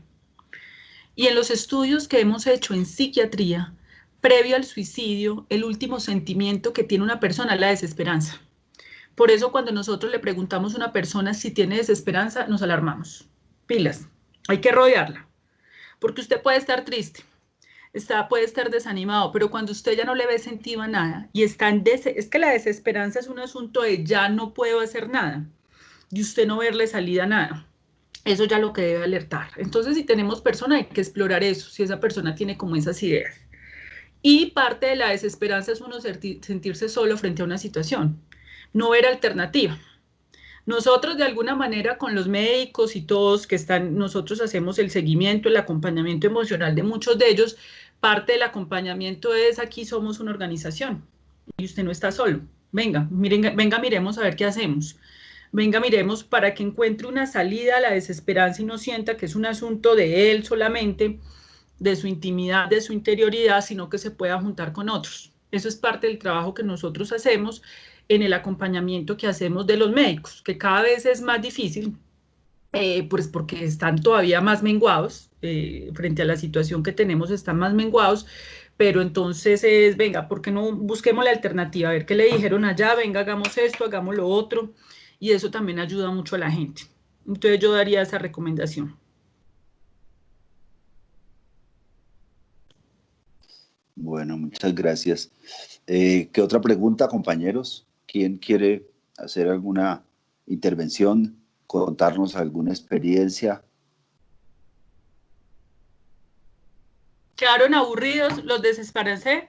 Estoy preocupada, porque entonces debe ser que los desesperancé. No, Buenas doctora, tardes. qué local escucharlo. Sí, señora. Buenas. No, doctora, todo esto es preocupante. Yo quiero preocuparlos, pero no quiero transmitirles desesperanza. Hay que estar preocupados, pero hay que actuar, hay que actuar. Sí, claro. Pero estamos ahora mismo frente a esta circunstancia de que uno no puede ni reclamar, porque imagínate, todo está paralizado. Tengo el conocimiento de una señora vecina de mi hermana que le detectaron eso, COVID-19. Le dijeron, váyase para la casa, pero nunca fueron a hacerles controles en la casa, imagínate. Y luego dijeron de que ya la señora estaba bien, sin hacerle controles, sin tener la prueba, ni nada por el estilo. Eso es preocupante. Eso es preocupante. Eso Sí, es preocupante. porque parece ser que están jugando con la salud de todos los colombianos, de todos nosotros. Hoy le pasó a esa señora, mañana le puede pasar a alguno de nosotros. Así es. Así es, Y desafortunadamente. por eso es que hay veces que uno se pregunta si será real todo lo que estamos viviendo, o hay muchos, sí los hay, los intereses los hay. Como ya lo dijo usted anteriormente, con estos laboratorios que van a sacar la vacuna. Son intereses económicos y políticos y de todo. Entonces ahí le comento eso, esa experiencia que me la transmitió mi hermana. Me dijo, ¿cómo te parece? Mira esta señora. Yo dije, ¿cómo va a ser? La mandaron para la casa, le dijeron, usted tiene COVID. Y nunca llegó la prueba, no le volvieron a hacer la prueba y la señora la mantuvieron en cuarentena y no fueron a hacerle controles de ninguna especie. Ahí le comento, doctora, para que usted tenga eso ahí. Sí, ya tenemos varios casos de esos. Ya a mí misma me pasó. Yo llamé a pedir la prueba y no. Llevo 20 días y nada. Y nada. Aquí tengo otra pregunta. Buenas tardes, compañeros y doctora Carolina. Si la EPS no entrega incapacidad sino certificado de aislamiento, ¿este se asumirá como una incapacidad? Reciban el certificado de aislamiento, porque me imagino que están dando el certificado de aislamiento para ahorrarse la incapacidad. Eso es lo que deben estar haciendo, ¿cierto? Pero entonces, dele el certificado, porque la pregunta es, ¿el empleador te va a cubrir esos días que no estás allá? Porque si el empleador no te los va a cubrir, luego tú le puedes reclamar a la EPS la incapacidad con ese certificado. Lo que pasa es que ya está contemplado que si hay una incapacidad por COVID, eso lo está cubriendo la ARL, ¿no? Tengo entendido. Sí, pero la ARL te cubre cuando tienes prueba positiva. Por eso, si está positiva, ya es un hecho que tiene COVID y deben de aceptarle eso sin ninguna... Completamente. Cuando no tienes prueba positiva, sino que estás aislado por caso probable. Es decir, a ti te hacen una prueba. La EPS se demora 20 días para darte el resultado. Esos 20 días los tiene que cubrir la EPS. A partir de que te entregan el resultado, cubre la ARL. A partir del momento que tenga la prueba positiva. El compañero Héctor que está pidiendo la palabra. El compañero Héctor que está pidiendo la palabra para que hable.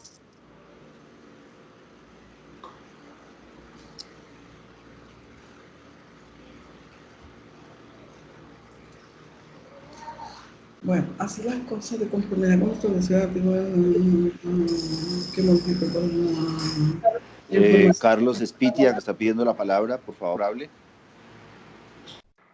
Doctora, buenas tardes. Tengo una inquietud respecto a las noticias que siempre hablan sobre un porcentaje de mortalidad sobre 1.000.000 de habitantes.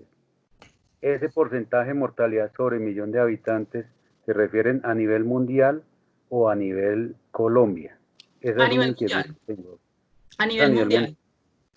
Aquí tenemos una cifra del World Meters que muestra Colombia el 28 de julio en el primer puesto en mortalidad por 1.000.000 de habitantes. Por día, en un día, ¿cierto? Porque tú no te puedes hacer todavía el cálculo de toda la mortalidad porque pues evidentemente tú dirías que en Colombia vamos muy bien. Porque en Colombia apenas llevamos 10.000 fallecimientos frente a Italia que lleva 35.000, pero es que Italia ya pasó el pico. Italia ya pasó el pico e Italia ya está saliendo. Nosotros no hemos entrado al pico y llevamos 10.000. Pero en este indicador muestra en un día que Colombia ha ocupado el primer lugar en mortalidad en un día por 1.000.000 de habitantes. Entonces, esa es la magnitud y así es la manera como hay que leerlo.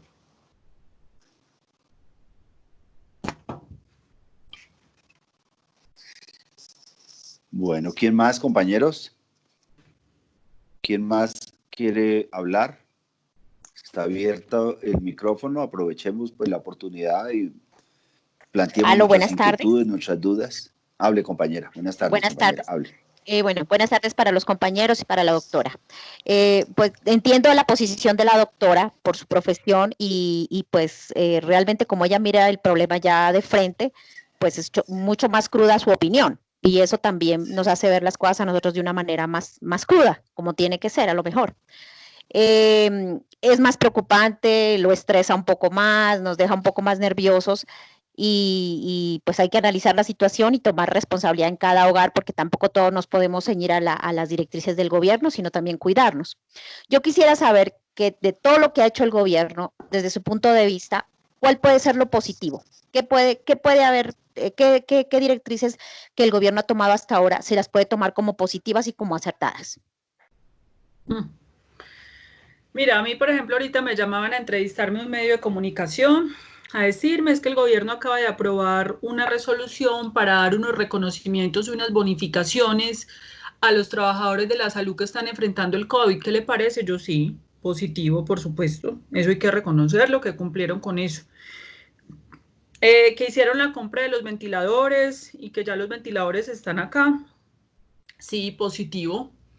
La toma de decisión inicial de la cuarentena, vuelvo e insisto que era positiva, pero era para hacer unos asuntos que no hicieron. Y eso fue una decisión más que todo de la presión de los gobiernos locales frente al gobierno nacional. ¿Qué otros asuntos positivos han hecho? La verdad, yo he visto, es que es un manejo muy deficitario. Es decir, Colombia ni siquiera ha invertido el PIB, los puntos porcentuales del PIB que ha tenido que invertir en la pandemia. Hablan de 119 billones de pesos, pero esos recursos no se han invertido.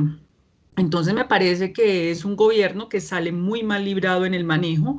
En cuanto al sector salud, pues esas bonificaciones, y yo no vería más, yo no podría plantearte nada más.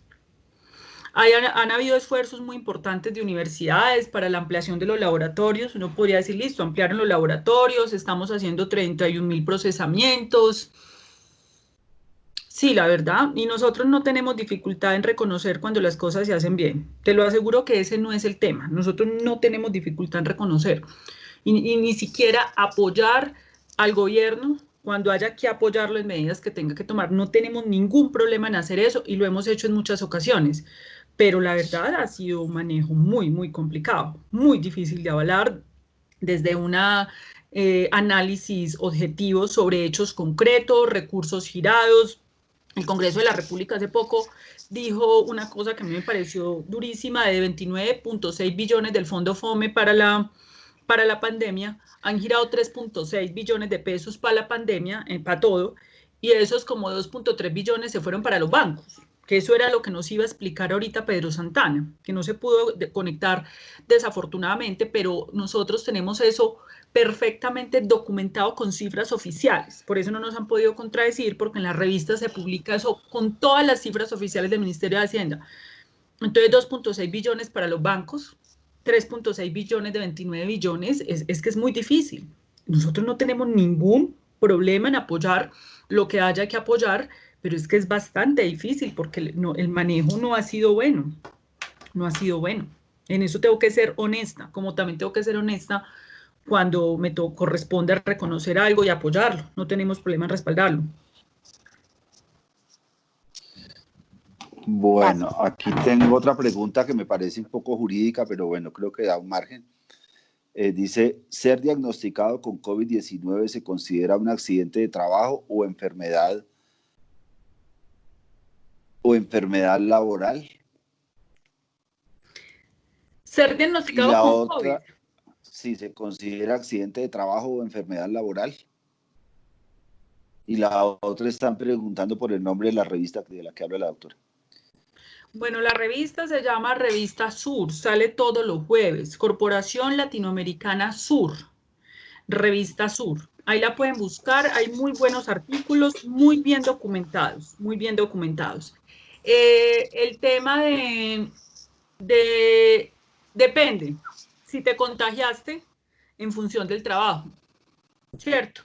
Lo que pasa es que ahí es donde viene la discusión con la ARL. Pues imagínate que nosotros hemos tenido discusiones con ARLs porque dicen, el médico adquirió el coronavirus por fuera del hospital, luego no es enfermedad laboral. Imagínate pues, y yo pues entonces, ¿cómo demostras eso? ¿Nos tomamos una foto con el coronavirus en el hospital o qué hacemos? Pues, porque es absurdo. Y si eso pasa con un médico, que se supone que su trabajo está en función de eso, y le salen con eso. Entonces, si tú puedes demostrar que en función de tu trabajo recogiste la enfermedad ya, y eso se puede mostrar a partir de los contactos, ubicar los contactos, es que aquí había alguien que estaba trabajando y tenía esto, y yo estuve en contacto y me correspondió estar en contacto porque trabajamos en una oficina, lo tienen que reconocer. Pero ahí viene una discusión con ellos.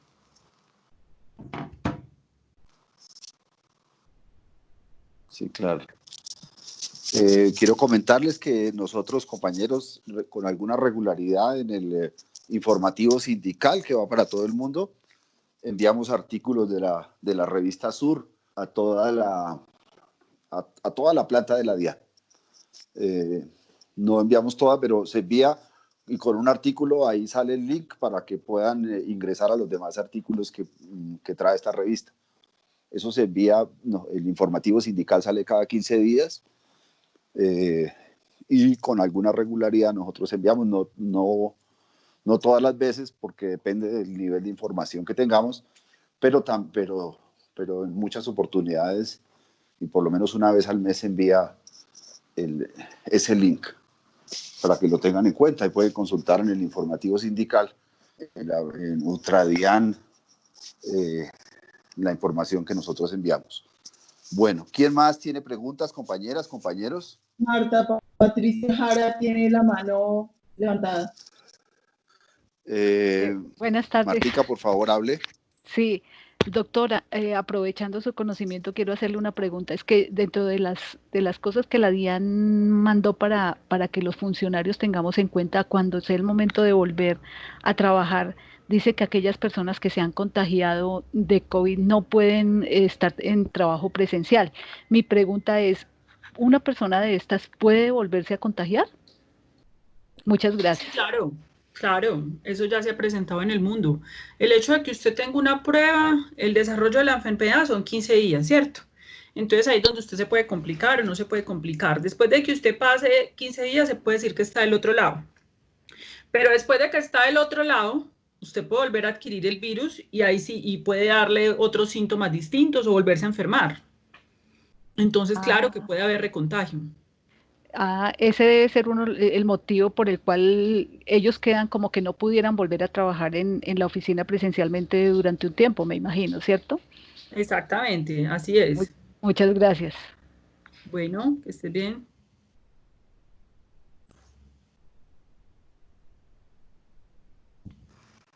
Compañeros, compañeras, ¿quién más quiere preguntar? ¿Quién tiene alguna duda, algún vacío, alguna laguna, alguna inquietud? Julio, una pregunta. Creo que aquí Luis Piñeros está pidiendo la palabra. Hable, Lucho. Sí, mira. Una preguntita, doctora. Desde el momento en que le den vía libre a la vacuna, ¿cuál es el tiempo que se calcula que llegue esa vacuna aquí a Colombia, pues para que pues nos la administren, digamos? Ese depende de las negociaciones del laboratorio. Eso ya depende de cada estado. Digamos, donde algo fuera, digamos así, normal, ¿cuánto tiempo se necesita para esa distribución? Por eso te digo, eso depende del sistema de salud de cada país y depende de la negociación que haya el gobierno, porque como cada estado tiene que negociar con cada industria farmacéutica, entonces, de acuerdo a cuánto se demoren ellos haciendo esa negociación, cuánto le van a cobrar, cuánto paguen, porque así funcionan ellos, y la distribución tendría que ser inmediata, pero entonces ahí viene otra discusión. ¿Cuáles son las normas que van a implementar para la distribución de la vacuna? ¿A través de quién? si va a ser de las EPS o se va a encargar de eso las secretarías de salud, si va a ser a nivel poblacional o van a privilegiar apenas unas poblaciones o primero unos, esas son las discusiones que se vienen en Colombia, cuando ya surta la vacuna, concluya todos los estudios poblacionales, se defina cuál de todas estas 24 que están haciendo sea la que es, y en ese momento ya es donde vienen las negociaciones de los estados. Bueno, tenemos la compañera Erika Guerrero, que está pidiendo la palabra para que por favor hable. Gracias, Tulio. Doctora, hágame un favor, es que si yo llego a tener uno de los síntomas como el pecho apretado, yo tengo prepagada y me voy a la prepagada diciendo que tengo ese mar y ellos no me ven ahí o me mandan al sistema de salud de la distrital. No sabría qué hacer. Te tendría que atender, no, te tendría que atender la prepagada, te tendría que atender si tú estás pagando prepagada, ellos lo que te van a exigir, que no deberían, es que tú estés al día con la EPS, pero te tendrían que, es decir, si tú tienes una opresión en el pecho, que puede ser un síntoma de dificultad respiratoria, cuando tú ya tienes dificultad respiratoria, eso ya es preocupante, tú ya tienes que correr porque este virus evoluciona rápido y puedes entrar en una falla ventilatoria, por decirlo así, pero te tiene que atender la prepagada, claro.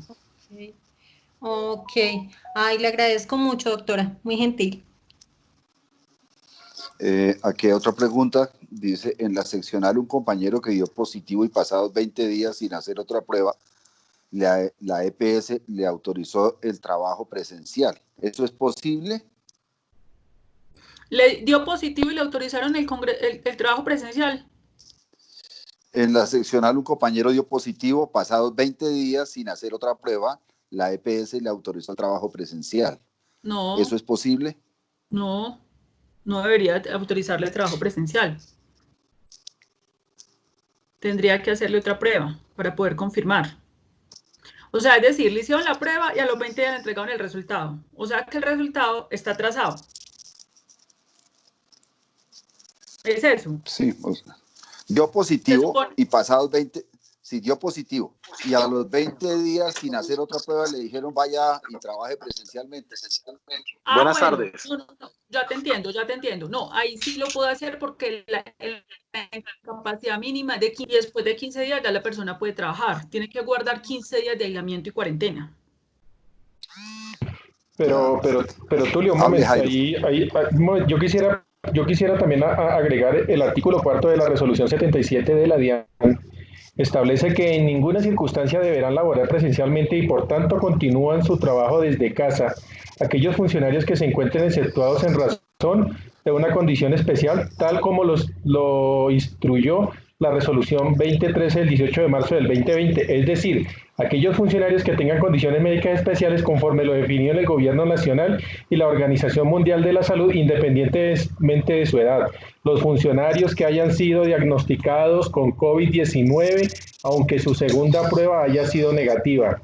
Yo creo que ahí está la respuesta. Tiene que mantenerse, aunque su segunda prueba haya sido negativa, tiene que mantenerse en la casa laborando, y es una resolución que aplica para los funcionarios de la DIAN.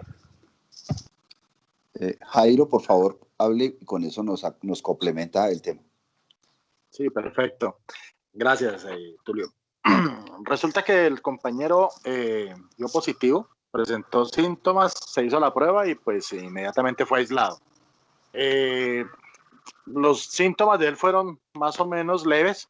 Después de unos días ya se recuperó y en la EPS le dijeron pasados los 20 días que él ya estaba listo para hacer su trabajo y volver a su normalidad, que no había necesidad de hacerle una segunda prueba porque ya llevaba 20 días sin presentar síntomas. A otros compañeros que tuvieron un contacto directo con él antes de que le dieran el positivo, la prueba positiva, le dijeron lo mismo, que como ya habían pasado 20 días y no habían presentado síntomas, pues no había necesidad de una prueba, que simplemente siguieran así. Pues me parece a mí preocupante porque pues si hay un compañero que él pudo haber contagiado y es asintomático y sigue esa cadena ahí, pues no sé, pues preocupante la cosa. No, en el único caso que se puede hacer eso es suponer que no hay que hacerle prueba a los otros porque se supone que ya tienen el virus y que tiene que aislarse 15 días sin prueba para poder optimizar el procesamiento de la prueba es en el núcleo familiar, como lo hicieron en Chile. Como tenemos tan baja tasa de procesamiento de pruebas, si un miembro de la familia tiene positivo, suponemos que el resto es positivo y lo aislamos, pero en el mundo laboral no, hay que hacerle la prueba. Perfecto, muchas gracias.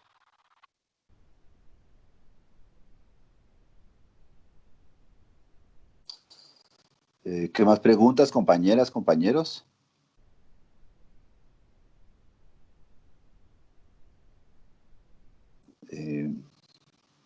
¿Alguien más quiere hablar? Jorge, por favor, hable. Jorge. Pues más que una pregunta es como compartir tal vez una opinión muy personal y respetando obviamente la visión que cada uno de nuestros compañeros pueda tener al respecto. Yo considero que, miren, el tiempo por ahí alguna vez escuchaba algo y decía, el tiempo de la siembra no es obligatorio, pero el tiempo de la cosecha sí lo es. Y nosotros hoy como colombianos estamos asistiendo a cosechar lo que nos ha tocado.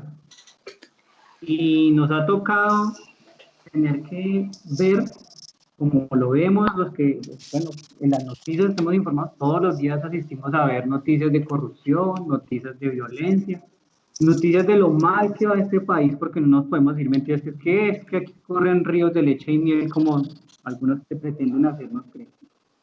Y yo pienso que este tiempo, aunque no hay que desconocer que es un riesgo y que nos pone a todos frente a una situación muy compleja y de la cual todos quisiéramos salir avante, es un riesgo que igual vamos a tener que correr. Pero lo más importante después de esto, pienso yo, es que nosotros tomemos conciencia de lo que está pasando, porque como les decía, estamos recogiendo parte de lo que hemos sembrado, y lo que hemos sembrado, que es algunos nos ha tocado tener que, unos porque lo aceptaron, otros por miedo, dieron respaldo, por ejemplo, a un gobierno tan nefasto como el que tenemos en este momento. Nosotros en la DIAN lo estamos viendo, una administración absolutamente autoritaria que no permite la negociación, que quieren hacer las cosas como ellos quieren, y así es el estado de este país, así como lo decía la doctora, presentan cifras ahí que no responden a la realidad que estamos viviendo, y le salen a decir a la gente que tenga tranquilidad cuando la realidad de este país es otra. Entonces yo creo, compañeros, que aquí, miren, viéndolo desde otra perspectiva, desde la parte médica, como nos lo dice la doctora, esto es una realidad, el sistema de salud colapsó, y no solamente colapsó el sistema de salud, colapsó la política, colapsó muchas cosas. Entonces, si nos pusiéramos aquí a dar ejemplos, nos darían las 8 de la noche hablando de todas las cosas tan peculiares que pasan en este país.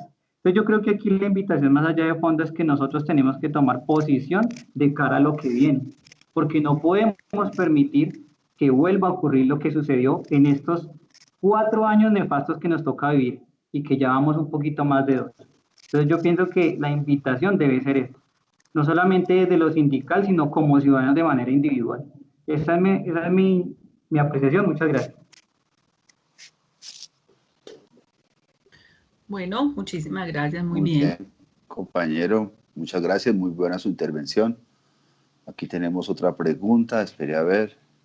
No, están agradeciendo. Estas preguntas son unas gracias. A ver, ¿alguien más está pidiendo la palabra? Nadie más. Tulio, yo quiero hacer una pregunta. Esperanza, sí, hable Esperanza, pregunta. Gracias, Tulio. Doctora, yo en el mes de marzo, iniciando la pandemia, tuve neumonía atípica y pues fue traumático, me hicieron la prueba del COVID y pues gracias a Dios salió negativo. Me asalta todos los días la inquietud y el susto de salir a que me llegue a contagiar porque pues ya tengo un antecedente de una neumonía. Usted en su condición de psiquiatra y que conoce ese tema, ¿uno cómo puede manejar eso, doctora? Por favor. Si tú tuviste una neumonía típica, tienes que cuidar muchísimo, muchísimo, pues porque evidentemente tú tienes mayor riesgo si te contagia el COVID. Deberías solicitar, ¿tú tienes que ir a trabajar presencialmente? No, doctora, yo estoy con trabajo en casa, gracias a Dios, todo el tiempo con trabajo en casa. No, y yo no volví a la oficina desde cuando me diagnosticaron la neumonía, me incapacitaron 23 días y yo desde el 13 de marzo no vuelvo a la oficina. O sea, yo no he tenido, gracias a Dios, y pues mi jefe y todo es muy consciente y yo trabajo desde mi casa tranquila. No, me parece muy bien, eso es lo que tienes que seguir haciendo porque las personas con enfermedades respiratorias, sobre todo de ese nivel, son personas que se tienen que cuidar mucho más por el riesgo, digamos, más alto de que el COVID le genere mortalidad. Entonces, ni riesgos de volver al trabajo presencialmente, ni riesgos. Bueno, Tienes que doctor. guardarte en tu casa. Sí, sí, eso sí lo estoy haciendo, gracias a Dios. Y bien, ha sido bien. Pues un poco de dificultades con los temas de informáticos, pero pues bien, o sea, no he tenido ningún problema, doctora, gracias a Dios. Pero sí es el miedo de uno contagiarse, entonces uno cómo maneja eso. Yo vivo sola con mi hijo y pues mi hijo es el que sale y compra y va y hace el mercado y va y compra cosas y trae porque pues él tiene 20 años, entonces pues una persona joven afortunadamente. Pero a mí sí me da mucho miedo salir, o sea, yo digo, no, ¿qué tal que a mí me pase? Tu hijo sale, tu hijo tiene que tener un protocolo de ingreso a la casa, donde se tiene que lavar las manos antes de acercarse y por lo menos durar un tiempo de unas 6 horas distante de ti, 2 horas. Porque el riesgo lo tienes tú y tu hijo, como está saliendo, puede entrar, puede contagiarse. Bueno, doctora, bueno. Sí, es como el susto de andar siempre con ese tema de que no, qué tal que me llegue a dar a mí, porque él es el que tiene que salir, porque si no, pues ¿quién? Imagine, doctora. Claro, alguien tiene que salir a hacer las cosas. Sí. Pero esa parte del manejo como a nivel psicológico, como esa parte es complicado, doctora. O sea, uno dice, no, todo el tiempo como con el miedo. Sí, claro, pero es importante tener miedo. No recuerdo si era que yo a ustedes que les decía que el miedo es importante para poderse cuidar. A mí lo que me preocupa es la gente que no tiene miedo, porque va muy tranquila por la calle y ahí es donde ocurren las cosas. Bueno, doctora. Bueno. Bueno, doctora, muchas gracias por su colaboración de verdad y sobre todo que es conocedora de ese tema de psiquiátrico. Entonces, muchas gracias, doctora. Muy amable, gracias. Muchas gracias. Tenemos otra pregunta sobre qué tan conveniente es la vacuna de la tuberculosis. En un principio... Sí. No, la vacuna y la tuberculosis no tienen que ver. A ver, hay un asunto que la gente confunde. Los antibióticos son para las bacterias y los antirretrovirales o los antivirales para los virus. La tuberculosis es una bacteria. Es muy distinto una bacteria a un virus. Entonces hay gente que cree que con antibióticos maneja un virus. No, con antibióticos no se manejan los virus. Es más, no usar antibióticos, porque si usted usa antibióticos lo que va a hacer es generar resistencia antibacteriana en su cuerpo y ya cuando se junte el virus y entre una bacteria y necesita el antibiótico, ahí sí no le sirve. Eso es uno de los grandes problemas de la farmacología en el mundo, la resistencia antibacteriana, porque la gente de manera indiscriminada usa antibióticos para manejar enfermedades virales, gripas, y han generado resistencia ya en el organismo. El organismo, es decir, ya la bacteria reconoce el antibiótico y ya no le hace nada. Entonces no tiene que ver lo de la tuberculosis. Perfecto. Bueno, hay una compañera que me está preguntando que cómo hace para pedir una cita con usted. Dice, ¿cómo puede pedir una cita con la doctora Carolina? Dale mi número particular y yo le asigno la cita, por supuesto. Perfecto. Yo también me apunto. Entonces lo voy a colocar en el chat. Dale mi número. Lo voy a colocar en el chat. Me escribe en un WhatsApp.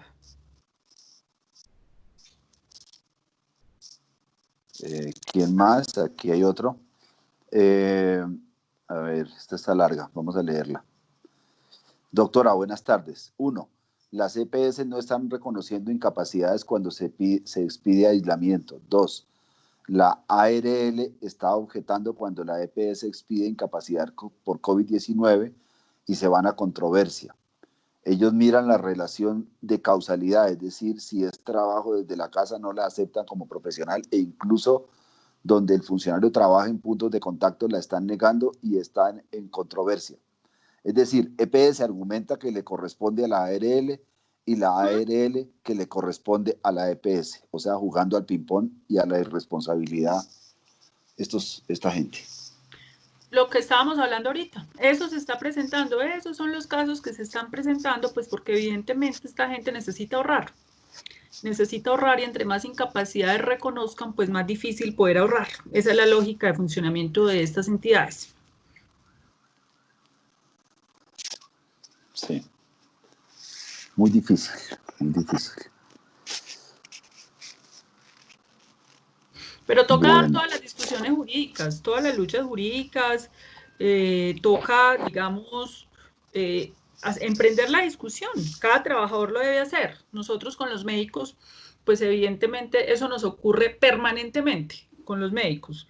Con lo que les contaba ahorita, el médico entonces tiene que tomarse una foto con el coronavirus en el quirófano, pues, para que le digan que tiene enfermedad laboral. Y lo que estamos es haciendo el acompañamiento jurídico para que ellos den la discusión, porque pues si no esto se queda impunemente y tienen que haber fallos que aclaren el tema. Porque el Ministerio del Trabajo no aclara el tema, lo deja ambiguo, y el Ministerio de Salud también lo dejan ambiguo. Para que haya las posibilidades de estas interpretaciones donde se pelotean. Perdón, Tulio.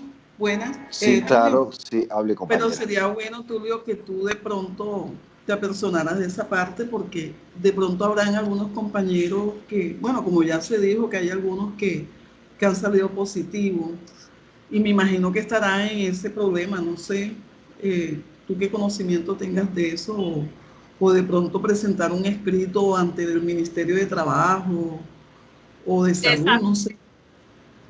Ante los dos ministerios, que te aclaren eso, sí, que les aclaren eso. Para aclarar eso, porque eso sí es... Sí, claro, nosotros con nuestros afiliados, inmediatamente cualquier situación que se presente, estamos al frente precisamente para ayudarles a resolver el problema, porque de eso se trata, ¿no? Aquí tengo otra pregunta. Les comparto que estuve en una conferencia jurídicamente y se determinó que es una enfermedad general. El COVID en consecuencia se da incapacidad y la ARL solo dice que es enfermedad laboral para los médicos. Quiero decir, es una incapacidad por enfermedad general para nosotros. Bueno, eso es una buena aclaración, pero sí sería importante que ustedes también le pidieran al ministerio qué pasa si yo adquiero esto en función de mi trabajo. Ah, listo, hacemos un derecho de petición. Sí, sí, claro. Eso lo vamos a hacer. Sí, claro. Sí, claro. También la compañera Maribel nos quiere contar su experiencia. Ella intervino en la reunión pasada contándonos porque ella fue una compañera que sufrió del COVID y que logró salir. Incluso nos dio un remedio que a ella le funcionó, que fue la leche de ajo, la leche con ajo y miel todas las noches antes de acostarse. Sí, entonces le doy la palabra a la compañera Maribel. Gracias, Tulio. Buenas tardes. Y el otro remedio fue la agua de panela con jengibre y limón. Mi pregunta es, en esta ocasión, ¿la vacuna de la influenza puede ayudar en algo a minorar que a uno le dé eso o a la persona le dé eso? En las EPS se están colocando la vacuna sin preguntar si uno le dio el virus, si no le dio, o sea, no hacen completamente ninguna pregunta. Claro está que a mí me la colocaron pues ya después de que, por el proceso que pasé y por el estado mío de ser persona con problemas de los pulmones, por ser asmática, pero me la colocaron. La vacuna, ¿esa no puede ayudar en algo? ¿La de la influenza? Puede ayudar para, en este momento, como Bogotá se enfrió, llegamos a lo que denominamos el pico respiratorio. El pico respiratorio es donde aumentan las enfermedades de tipo respiratorio. Entonces, evidentemente, si te ponen la vacuna de la influenza, pues te va a servir es para la influenza, porque lo que buscan es aminorar la afluencia de los hospitales por otras causas distintas al coronavirus para no colapsar el sistema. Pero para el coronavirus específicamente no te va a servir porque son dos virus completamente distintos, de una conformación distinta, y la vacuna tiene que ser precisa para el antígeno y la proteína del virus y el RNA del virus. Ah, listo. Gracias, doctora. Muy amable. Gracias, Tulio. Bueno, con mucho gusto, Maribel. ¿Quién más? Veo que no hay más. No sé Tulio, yo si quería Carlos. hacerle una pregunta. Dulmay. Tulio, estoy. Tulio, A ver, hable, compañera, hable. Tulio, para la doctora. Doctora, ¿usted qué conocimiento tiene actualmente si las EPS para atención presencial están tomando medidas, pues las medidas de bioseguridad y todo esto? O sea, si es seguro que uno vaya, en el caso mío, como le conté, tuve neumonía, el neumólogo ya me atendió telefónicamente y me dijo que tenía que hacerme otro rayos X de los pulmones para mirar cómo habían quedado mis pulmones y otro examen de espirometría, algo así. Entonces, no he ido justamente por eso, porque yo digo, ¿qué tal que yo vaya por allá y pues me contagie peor entonces? Pero sí habrán tomado medidas las EPS, doctora, ¿qué conocimiento tiene? Eso depende de la EPS. Hay EPS que lo han hecho, se supone que tienen que tener las medidas de bioseguridad, otras no lo han hecho. Yo no tengo reportes específicos sobre eso. Sé que, por ejemplo, Sura lo ha hecho, ¿cierto? Pero sobre que no hayan tomado medidas de bioseguridad no tengo un reporte específico. Pero como te digo, depende de cada EPS. Lo ideal es... Tengo plan. Pero ¿sabes qué es lo ideal? Tú te puedes hacer esos exámenes y el neumólogo te los puede revisar por teleconsulta. Esa opción te la pueden dar. Pero, o sea, lo que me da susto es ir a que me hagan los exámenes porque tengo que ir a pues un rayos X y una cosa de espirometría, pues me toca ir personalmente. Entonces me da el susto de ir, que qué tal que no tengan las medidas y pues peor me complique más, doctora. Pero ¿cómo así? ¿Por qué te vas a complicar más? Pues, o sea, que no tengan las medidas como de bioseguridad allá donde me van a tomar el rayos X, donde me van a tomar... Claro, lo que pasa es que tú sí tienes que tomar esas medidas de bioseguridad. Llévate tu alcohol para que tú siempre te laves las manos, no te acerques a nadie a 2 metros, desde que tú estés a 2 metros, eso va a estar bien. No toques superficies metálicas donde alguien, por ejemplo, que tenga el virus lo haya podido impregnar ahí. Te llevas tu tapabocas y tú las tomas, porque para los rayos X sí necesitas ir allá. Para la cita con el neumólogo, claro. El neumólogo sí te puede atender por teleconsulta. Sí, tú le mandas ya me atendió. Exacto, no, él ya me atendió y por eso me ordenó estos exámenes, porque me dijo que necesitaba ver cómo habían quedado mis pulmones después de la neumonía. Entonces, lo que no he ido es por eso, porque yo digo, ya tengo la orden, ya tengo todo, pero entonces, ¿qué tal que ir allá? Pues no sé qué medidas tendrá compensar o qué, no sé. Pero entonces, ¿por qué no le preguntas? Pregunta cuáles son las garantías y las medidas que tienen para tú hacerte el examen. Ah, bueno, doctora. Bueno, doctora. Gracias, doctora. Muy gentil, muchas gracias, doctora. Bueno.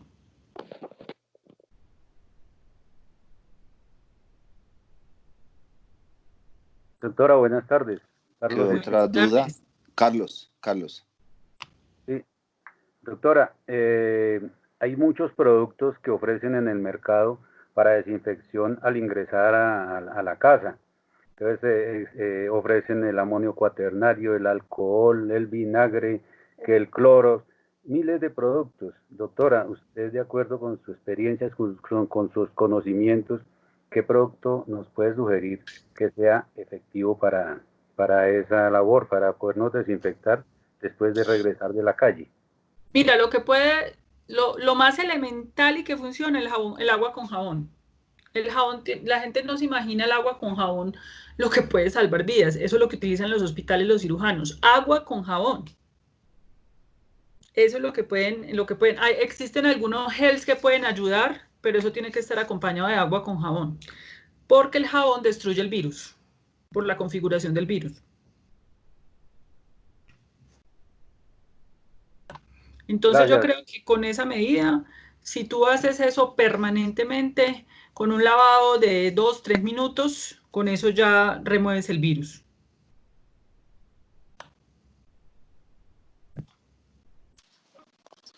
Bueno, compañeros. Bueno. Adela está pidiendo la palabra, nos quedan 6 minutos, ya van a ser las 5 de la tarde. Entonces, a ver, por favor, hable la compañera Adela.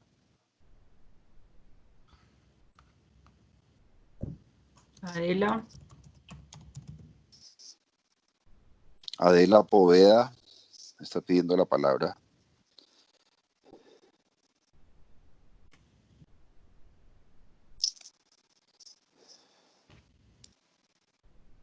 No. ¿Se puede Adela? No, ella está ahí, pero no sé. Parece que pues pidió la palabra, pero no habla.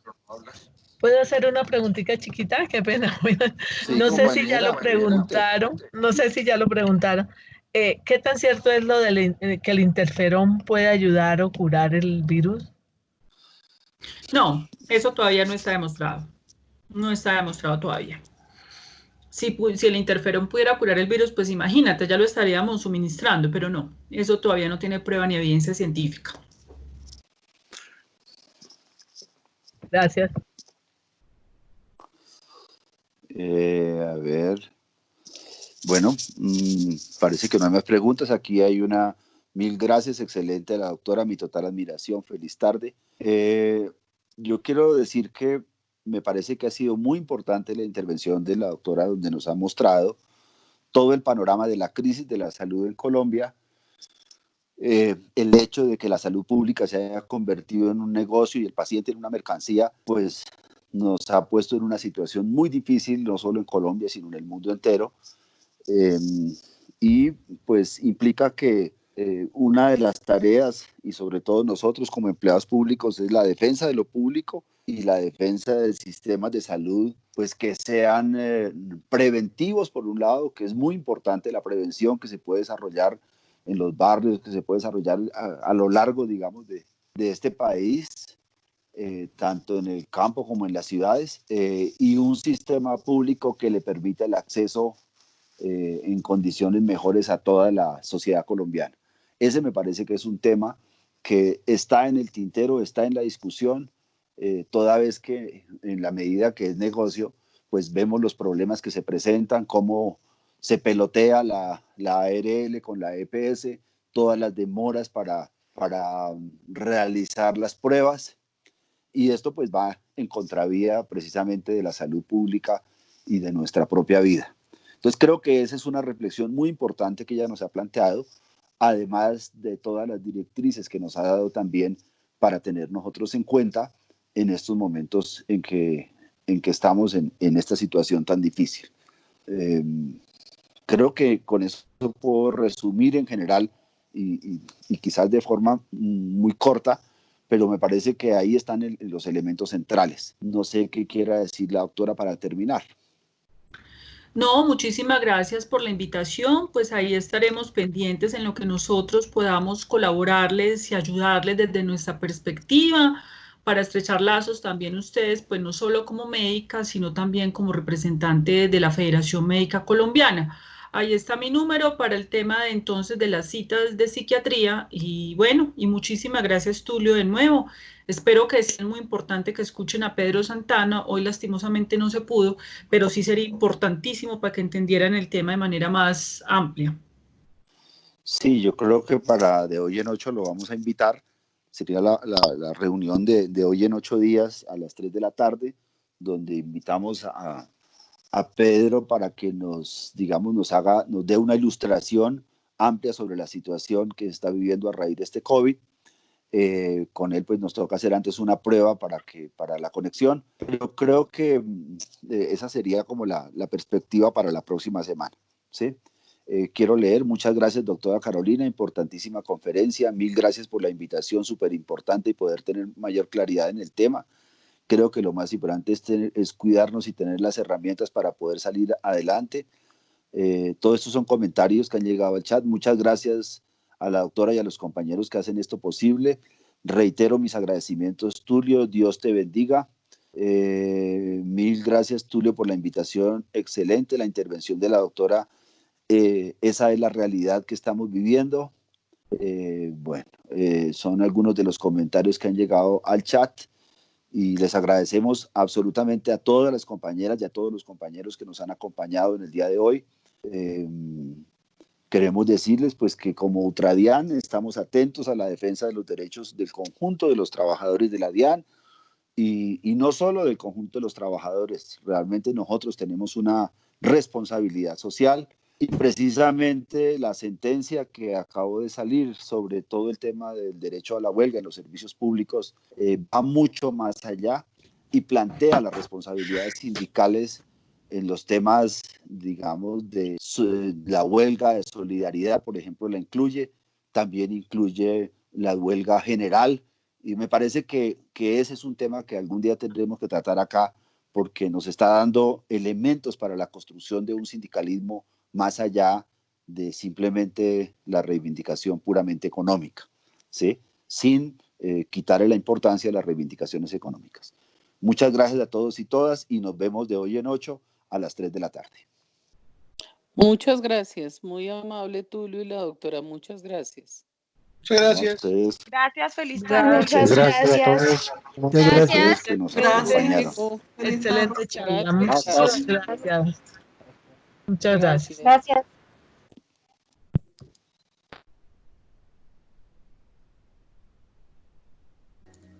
Gracias. Muchas gracias.